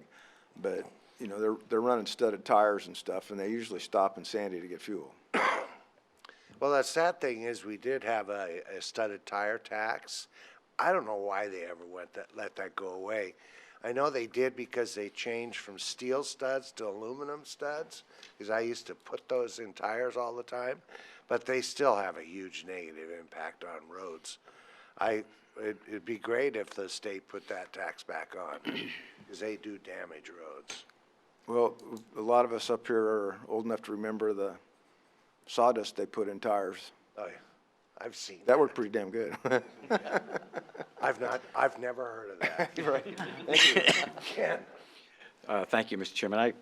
I've been taking notes throughout this, so I have a number of different points, and my comments may be a little bit disjointed as we go through this. But having served on public boards for 50 years, I've been in this position before. And for one reason or another, what has often happened in the past on public boards is that politicians decide to pass the buck. I'm not suggesting that anybody in this room has done that, but the inevitable thing is, I promise not to raise your taxes, or I promise not to raise your water rates, or I promise not to whatever it may be. And then when they move on to a higher office, the new person that comes in is stuck with the problem of fixing the loss of money, the bucket that is now empty, and the maintenance and improvements that need to be done. However we got there, that is where we are today. In 20 years, roughly, 6 different times we have asked the voters for funds for our local roads. They haven't agreed with us. I understand that. That being said, we have a responsibility to the next generation. And if we don't live up to that responsibility and just want to play the I wash my hands of it because the voters said no, then we are being irresponsible and we are not doing what you elected us to do, which is make the hard decisions even when they are uncomfortable for all of us. I've spent a great deal of time on this. I don't enjoy raising anybody's taxes, fees, or anything. It's going to raise mine too. But that responsibility weighs heavy on us as a board, and is something that as a community we have to look at. We talk about public outreach. I've personally had at least 6 separate public meetings in different communities to have this discussion with them, share all of the information with them, tell them why we are doing it and why we're doing it this way. On Facebook, I have published all this information. I have gone back and forth with people both for and against it so they understand why we're doing it. I have sent it out to email lists as much as I possibly can to make sure that people understand it. And I'm sure my colleagues have done some of these same things also. To the point about not knowing necessarily what's happening, I would encourage everybody to go to clackamas.us. Go all the way down to the bottom of the page and you will see an email symbol. If you click on that, you can put check marks next to all of the different issues you would like to be emailed about. And you will receive emails on all of those issues, whatever they are. If it's transportation or whatever is your personal interest, you will get those emails and you can be informed that way. So that's some of the things. With respect to the issue of classic cars, I have a classic car myself. I pay the fee every 2 years, but you can register them one time, single fee, and never have to pay another fee again if you so choose. To the issue of how much we're raising. Even with this fee, this is not going to cover all of the needs that we have. We are hundreds of millions of dollars behind in maintenance and in what's the word I'm looking for? Capital projects. So while this is going to help, along with what the state has done, even this doesn't solve the entire problem. I can assure you one thing about this is because of the law and the intent of this board, every dime will be spent in Clackamas County on roads. It's not going to be spent as a slush fund. It's not going to go to PERS. It's not going to go to anything. It's going to be on our roads in our county. TOT, transient occupancy tax, was raised. Unfortunately, to the best of my knowledge, that cannot be spent on roads. It is spent on increasing tourism in our communities. There are other counties that don't have any of these. It was pointed out that our two near neighbors have these, and we're doing this. There are rural counties now that, because they have not bit the bullet and done what they needed to do, they are letting their paved roads go to gravel. You ask yourself, do you want that in Clackamas County? Do you want that for you driving back and forth from the rural area into town? Do you want that for your businesses? I don't want that, quite frankly. If you let a road go and it has to be replaced rather than just maintained, it's 10 times the cost. I'm not willing to pass that down to the next generation. That is irresponsible and unfair to that generation. It's that simple. And then I'd ask you to think about the cost of one bent axle. As the lady pointed out, if you hit one of those really nasty potholes, the cost of that one bent axle is a lot more than that $30 a year. Finally, just to give you an idea of, I'm going to reiterate some of the things that our staff mentioned, but this is what we're talking about. 180 bridges, 700 miles of road striping, 1,400 road miles, 1,900 manholes, 2,400 miles of gravel shoulder, 8,100 culverts, 9,300 catch basins, 27,000 traffic signs, 111,000 linear feet of guardrail, 80 traffic signals. One Canby Ferry. And we will be addressing that issue too. Because if we're, quite frankly, if we are asking money out of your pocket to do our roads, it's unfair to, in my mind, it is unfair to subsidize the Canby Ferry to the tune of $400,000 a year for 100 to 200 people. I don't think that's fiscally responsible on our part, and we are going to be addressing that issue. In addition to all of those expenses, you have the brush removal for visibility. So if you ride a motorcycle, trust me, while that may not do a lot of damage to the tar on the road, that visibility is pretty critical to your safety as a motorcycle rider myself. These funds are going to be used for maintenance and capital projects for the 20-year road transportation plan developed by the Transportation Department with input from our community groups. This has not just been pulled out of the air. People who have been interested in this have been participating in this all along the way. So I know it's difficult for everybody.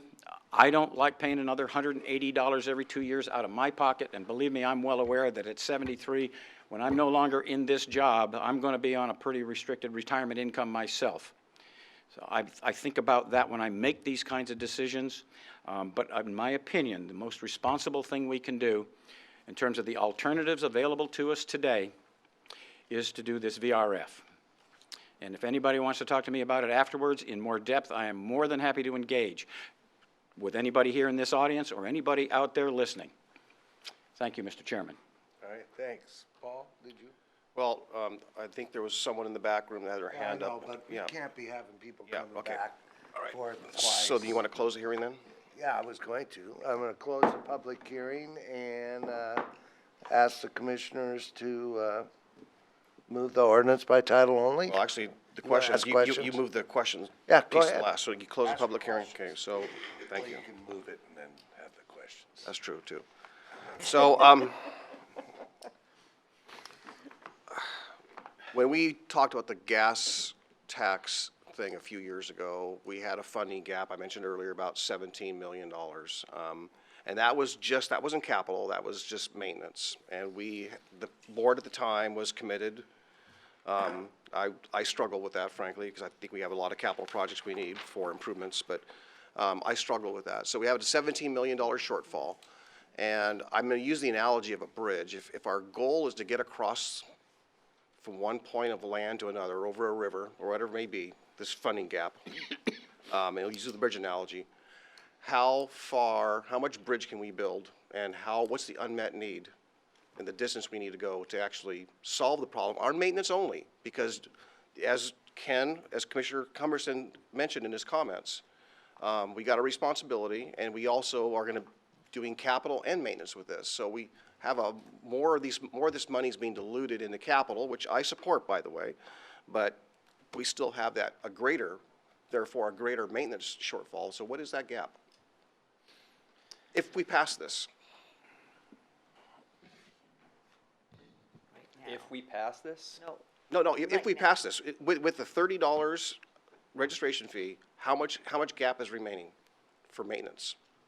And then, of course, the capital one's a whole different question. I could talk capital all day long about what the needs are. Yeah, I want to talk about maintenance. The maintenance dialogue around the $1 million local road program is more a dialogue around the capacity of the current, the capacity of our maintenance program that we have now. We probably couldn't put additional maintenance responsibility on them with their current configuration and the number of people they have. It was more of a discussion around that.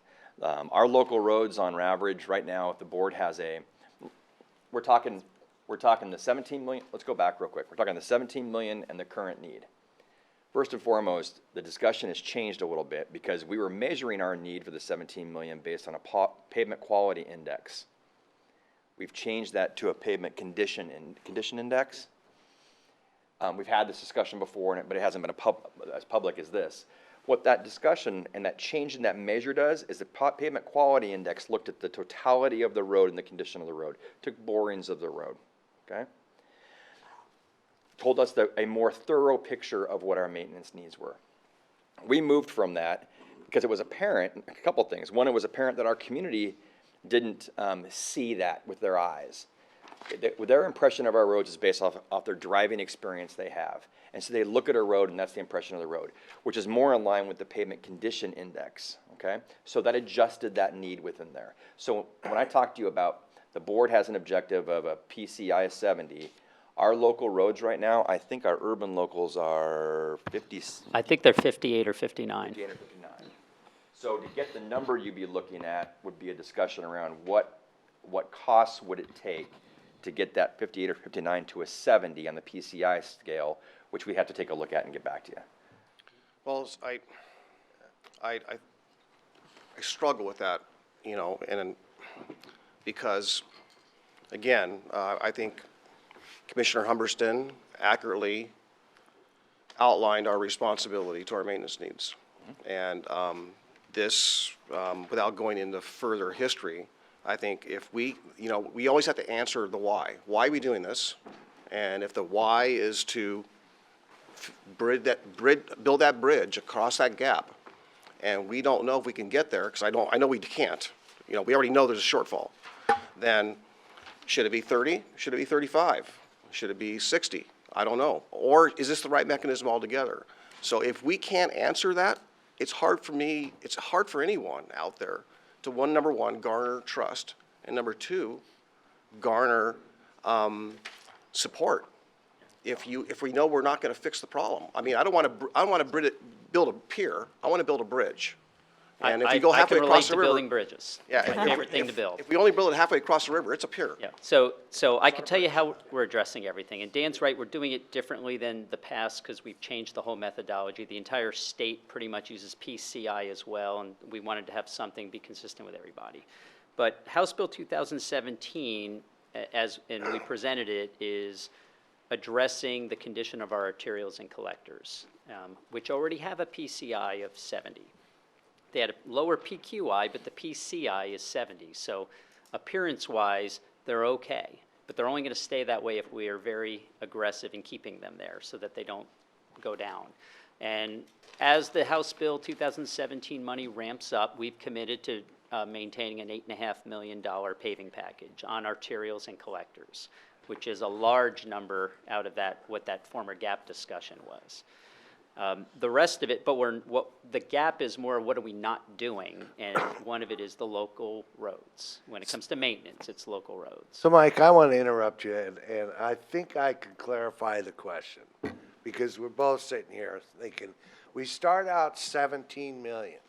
You change the index, it brought that figure down to a smaller amount, right? Was it like 14 million? So it brought that original because we changed the index. We get state money, we get this VRF, what's our shortfall, right? Isn't that what Well, you're that's, Yeah, what do we need to meet our local needs? I mean, we. How much do we that- need? That answer should be quicker than, the question. And we've heard a lot of verbiage. You guys are great guys. I'm not picking on you. But I think out there, the public needs to know, and here's why.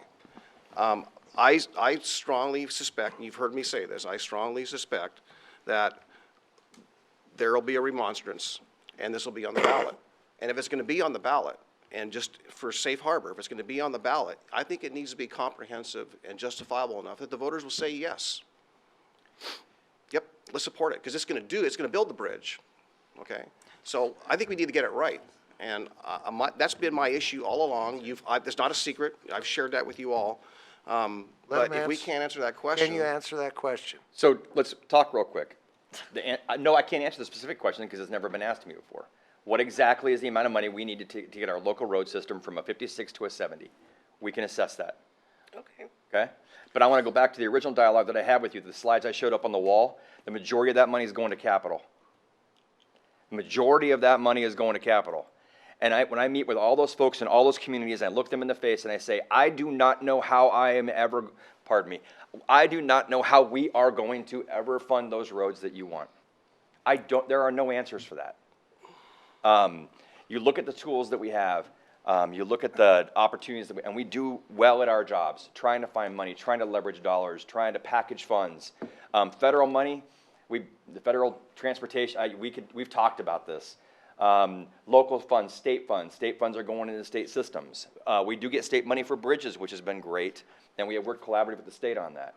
But in regards to the local system and the local roads, which we do not have a program for now, we have to develop that for you and get a specific number. Can I interrupt you, and give you back that, but Sonia wants to address this specific, I think. Yeah. So. Sure. I'm just hoping that by the time we have our next public hearing, we can be a little bit more specific. I love this presentation. I think it's very informative. And if I just put this up right here, this is probably one of my favorite, these two slides are my favorite slides right here, because it identifies, even with the state dollars that have been given to us, we have these unmet needs.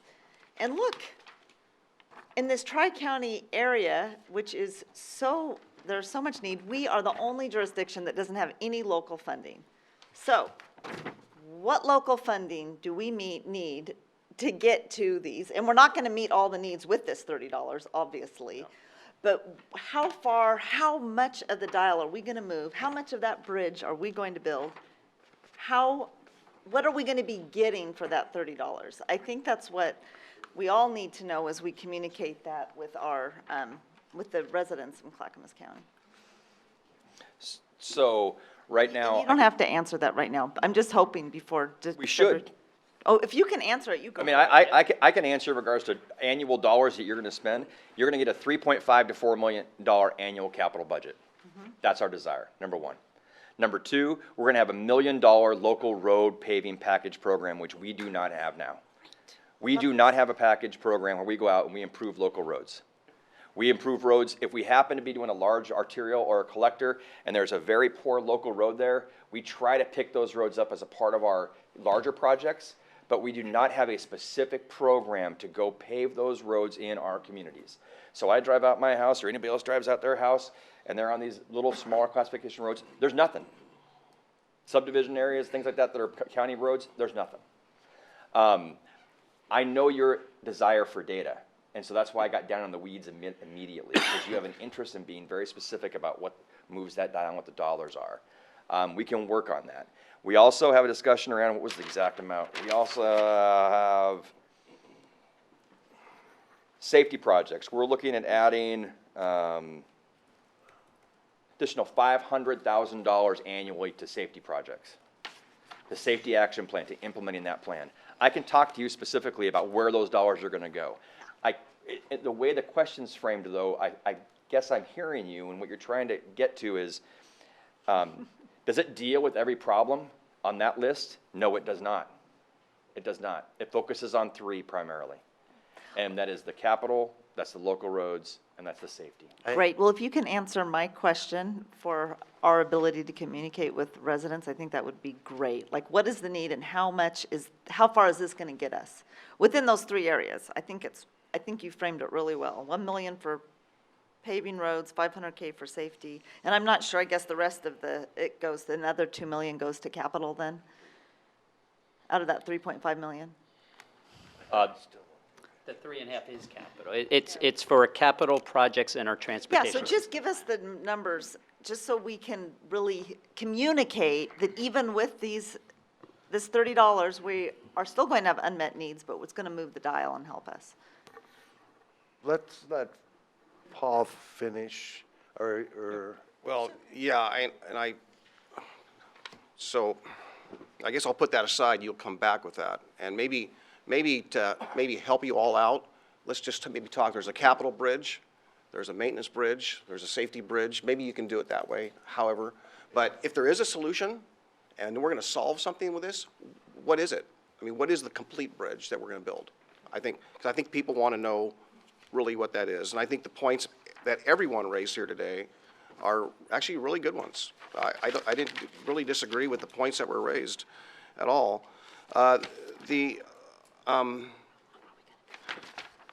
The other issue I've got a little bit, and I guess it's come up in some of the comments, and that was really about that split with the cities, okay, and the strategic fund split. And I'm somewhat concerned that especially with the cities that already have a funding stream, you have impacts to the residents that are paying that already, yes. But if that share, that 10% of the strategic fund is all brought forth with the county money, unincorporated portion of the money, then in essence, we're in position to be subsidizing the cities which have more funding mechanisms than we do. And that just seems a little bit unfair. I mean, I'm just going to say that I have a question about that. But the question in that, all of that is that a greater idea about which cities have what funding mechanisms. I kind of brought that up on the slide because I think that was an opportune time to raise that. But I do want to get a sense of what those gaps are, that unmet need. Because I think really the why, there's no disagreement about the why. There's clearly a need. I don't want anyone to walk away with that. There's any denial that there's a why, and there's a responsibility as Commissioner Humberston outlined. But if we're not building a solution here, and we're not recognizing that, and that we don't have an answer for that gap, like if there's another step to answer that gap, because I guess the what if is, what if a year from now, 2 years from now, we see that funding gap that we built half the bridge, and we have a funding gap. Are we going to come again and raise what? And then to accomplish what? And I think I will support a solution, that I believe in, that is fair to everyone. Just show me what that is. I could say with the capital portion, again, the gap is enormous. What we're talking about is small. The gap is 85%, as Dan mentioned, in our TSP, 15% of it is Tier 1, the rest is not. So, I mean, we can come up with that. The percentage that this digs into that is small, but it allows us to build projects in parts of the county where grants just are not available, but they're needed in our transportation system plan. So, I mean, we could frame it as the gap discussion. I think there's other ways to look at it too, though. So what we did partially right, maybe just to add a little bit of clarity, what we did right the last time, we identified what that gap was. And we had a solution that built that gap, that funded that gap. That's what we did right. I mean, that the proposal, it didn't pass the voters, but that was the proposal. It was, here's the gap, here's the solution. It was a solution, and we put it before the voters. That was the right thing to do. This, I'm trying to find out what is the solution and what is the gap. I think that goes back to my question, which is, we had a gap, we've reanalyzed it, the gap is different, and now we have 2017 money, and we're looking at this money. What is that gap? But we know that this money is not going to be a solution. The solution's probably $250 a vehicle because we're so far behind. The difference is this is not a bridge. We're building roads. We're not, the road you pave to a spot, you don't fall off the edge. A bridge you would. Only for analogy.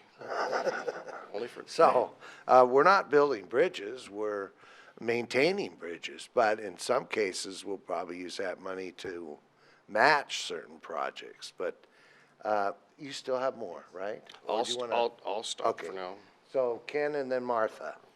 So, with all due respect to Commissioner Savas, I have trouble with the bridge analogy because you don't build half a bridge. You actually have to build the whole Thank bridge you. or you don't do it at all Well, thank you. on the bridge. But when you're talking about the road and maintenance and how do we move the needle, it's a whole different question. You can get some things done. We can't get everything done.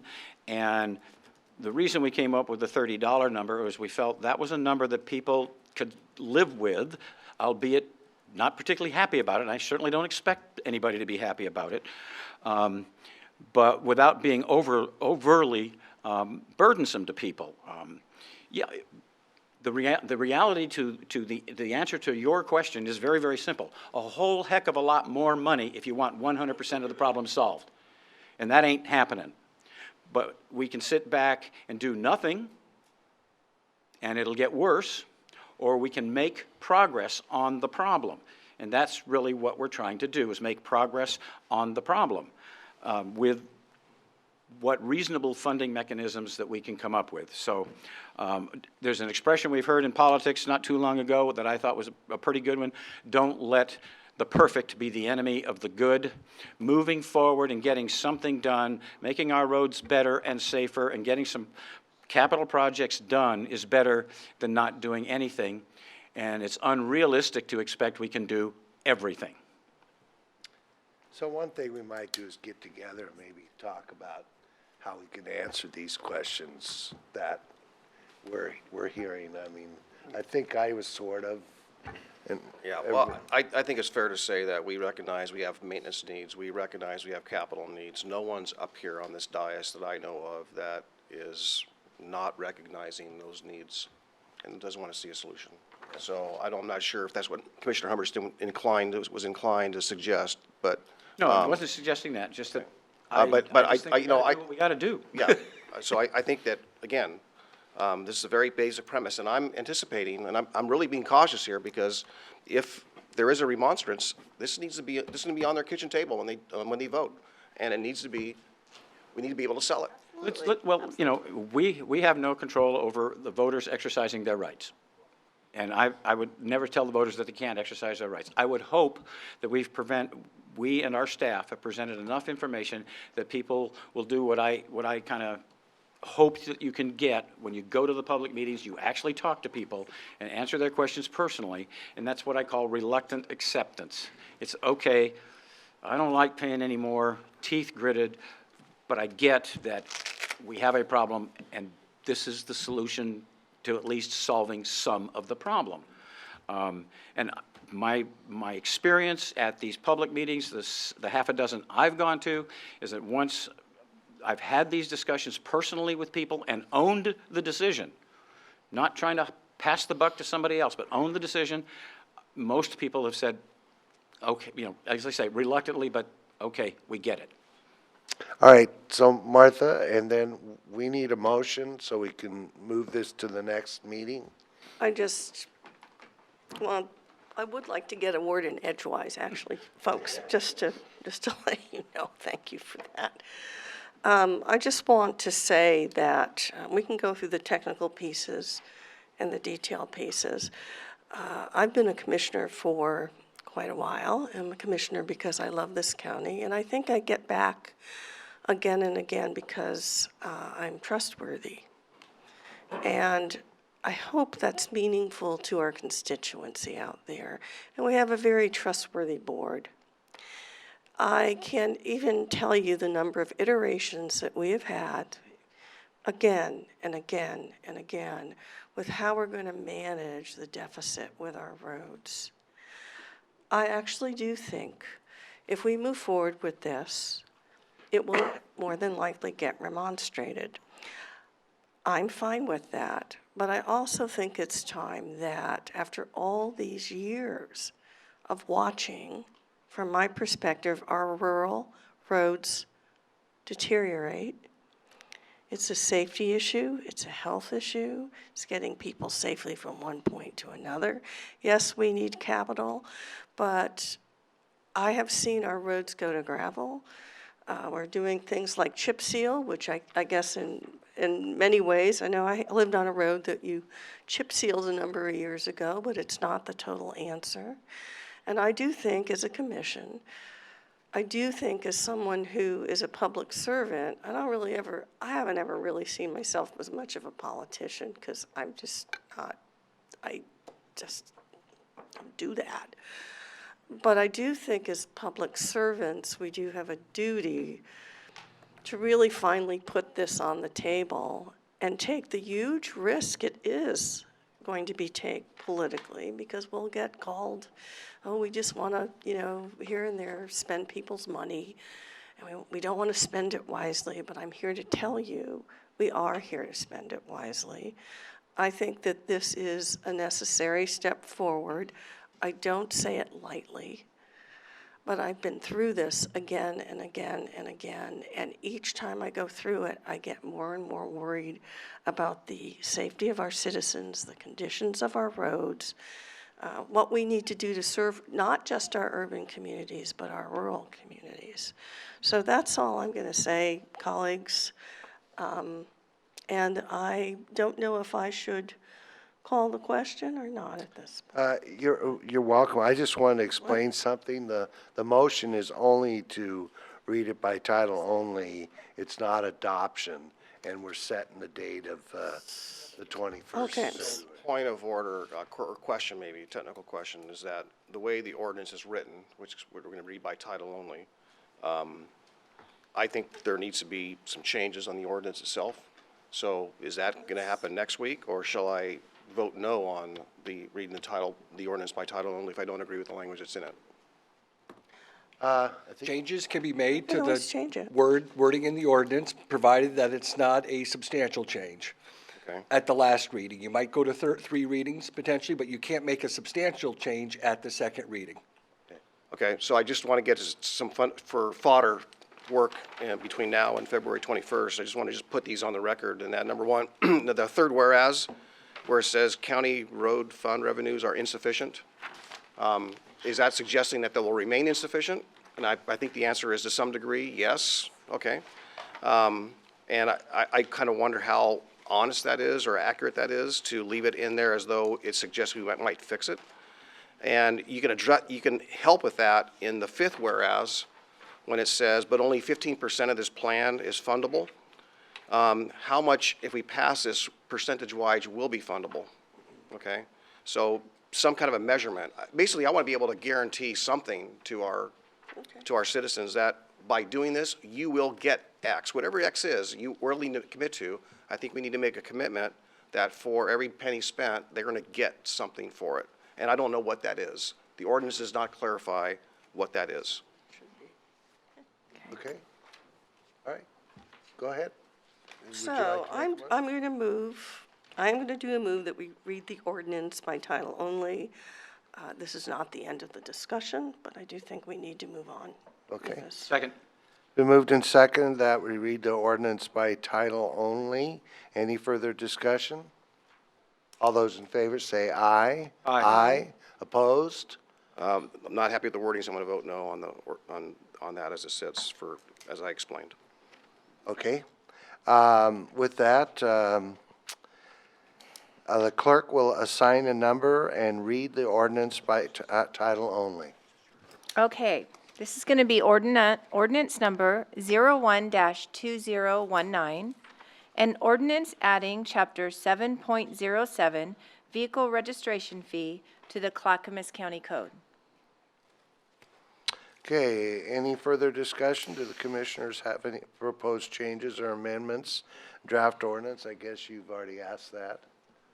Okay, and with that, I'll announce that the second reading will be Thursday, February 21st, 2019, at 6 p.m. in this location. Right, Martha? I just want to clarify that we may not even make a decision that night, that we may delay. I mean, we have a lot of opportunities here, so I want to assure the public the discussion isn't over, and relooking at the wording is not over with. Yeah. So, And thank you. And if you can't get here, we take written testimony. It'll be given to us to review prior to making a decision. All right, with that, we'll move on to the consent agenda. I'll ask the clerk to read the consent agenda by title. Okay, today's consent agenda. Did we vote? Did we vote? Yeah, we voted. We did. Okay, I'm just losing track. Okay, under Health, Housing, and Human Services, approval of Amendment Number 1 to the Intergovernmental Agreement with Washington County for the City's Readiness Initiative Program. Under Elected Officials, approval of previous business meeting minutes. Approval of the 2021 convention contract with Red Lion Hotel to provide services for the Sheriff's Office Child Abuse and Family Violence Summit. Approval of the 2022 convention contract with Red Lion Hotel to provide services for the Sheriff's Office Child Abuse and Family Violence Summit. And approval of the 2023 convention contract with Red Lion Hotel to provide services for the Sheriff's Office Child Abuse and Family Violence Summit. Under administration, we have a board order appointing the Clackamas County Planning Director. Under business and community services, approval of a contract with Wayne Stone Logging for the Boomer 2 timber sale, harvest, and log hauling. Under disaster management, approval of fiscal year 2018 emergency management performance grant between Clackamas County and the state of Oregon. And approval of fiscal year 2019 state homeland security grant program application to the state of Oregon for 6 projects. And under community corrections, approval of a local grant agreement between Clackamas County Community Corrections and subrecipient Clackamas Indigent Defense Corporation for pretrial and early resolution docket. And that concludes today's consent agenda. Do any commissioners want to remove or pull an item from the consent agenda? Seeing none, I'll entertain a motion. Mr. Chairman, I move we approve the consent agenda. Second. Been moved and seconded by numerous people to approve the consent agenda. Any further discussion? See none, all those in favor say aye. Aye. Opposed? Motion carries. Chair, I do have to leave. I have a 1 o'clock I have to get to, so we'll see you all Next probably week? next week. Okay, thank you. County administrator updates. I'll be very brief and not read everything I have, but I did want to just thank and commend our roads crews and our facility staff for their efforts during the ice and snow this week and dealing with it, and they performed admirably on short notice.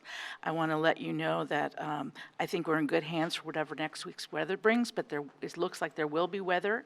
I imagine I'll be strategizing over the weekend with folks about what we're doing in terms of opening, but I want to caution everybody to be careful in their travels. I know you're traveling down to the Capitol, and it could be big or not. I just don't know yet. All right, thank you.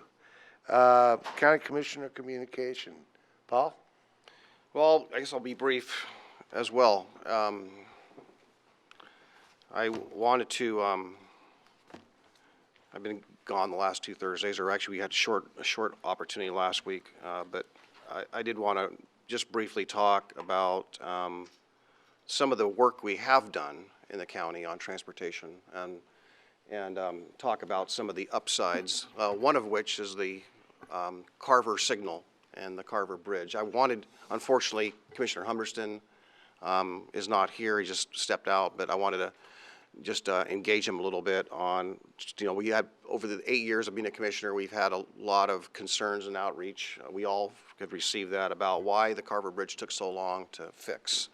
And it was actually about a water line issue that was leaking, and therefore that construction took longer. But also out of that was also the dangerous intersection of Carver as it approaches 224 over the Carver Bridge. Very dangerous intersection, a lot of people hurt there over the years, and a lot of delays and congestion due to cars not being able to navigate through there.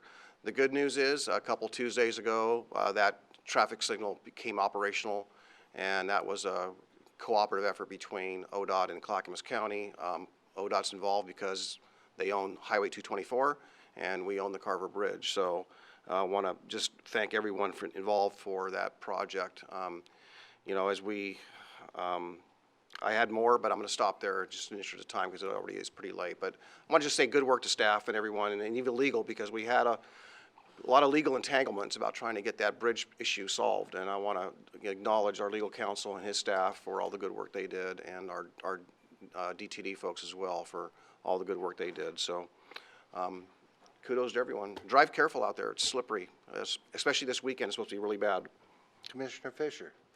Thank you, Chair Bernard. I have been thinking a lot about it being really cold outside, as we've all been talking about. We had a fire, unfortunately, at Hillside Manor, which is one of our housing authority properties. And when it's real cold outside and you have a fire and you're looking at displacement of people, that creates a lot of concern. We have 29 people that were affected, 22 units, and our staff at Clackamas County is so amazing. Within an hour of this tragedy, we're able to place everybody in motels or with friends and family. Sensitivity, we all know. Ken isn't here today to read about the dog, but we all know we care about people and their pets. We were able to take care of all of those needs and make sure that people didn't have to make the tough choice of dealing with their pets or not being placed with their pets. And the Red Cross deferred this emergency back to Clackamas County. So we deal with emergency and crisis and cold weather in an amazing way here because of the heart we have here in Clackamas County. I also want to mention it is real cold outside. I see that Vahid Brown is here in the audience. We do a lot of work for our emergency shelters. They are open. We have peer support specialists at peer support specialists, sorry for the words, at the shelters to help people during this very terrible cold. And we as a commission, this is one of our major priorities to deal with housing and homelessness, and we continue to focus on this. So that's what I wanted to say today. Thank you, Chair Bernard. And thank you. And I'd just like to thank people for attending today, giving us their opinions of what we're considering, and ask that you drive safe and make sure your pipes don't freeze. With that, we're adjourned.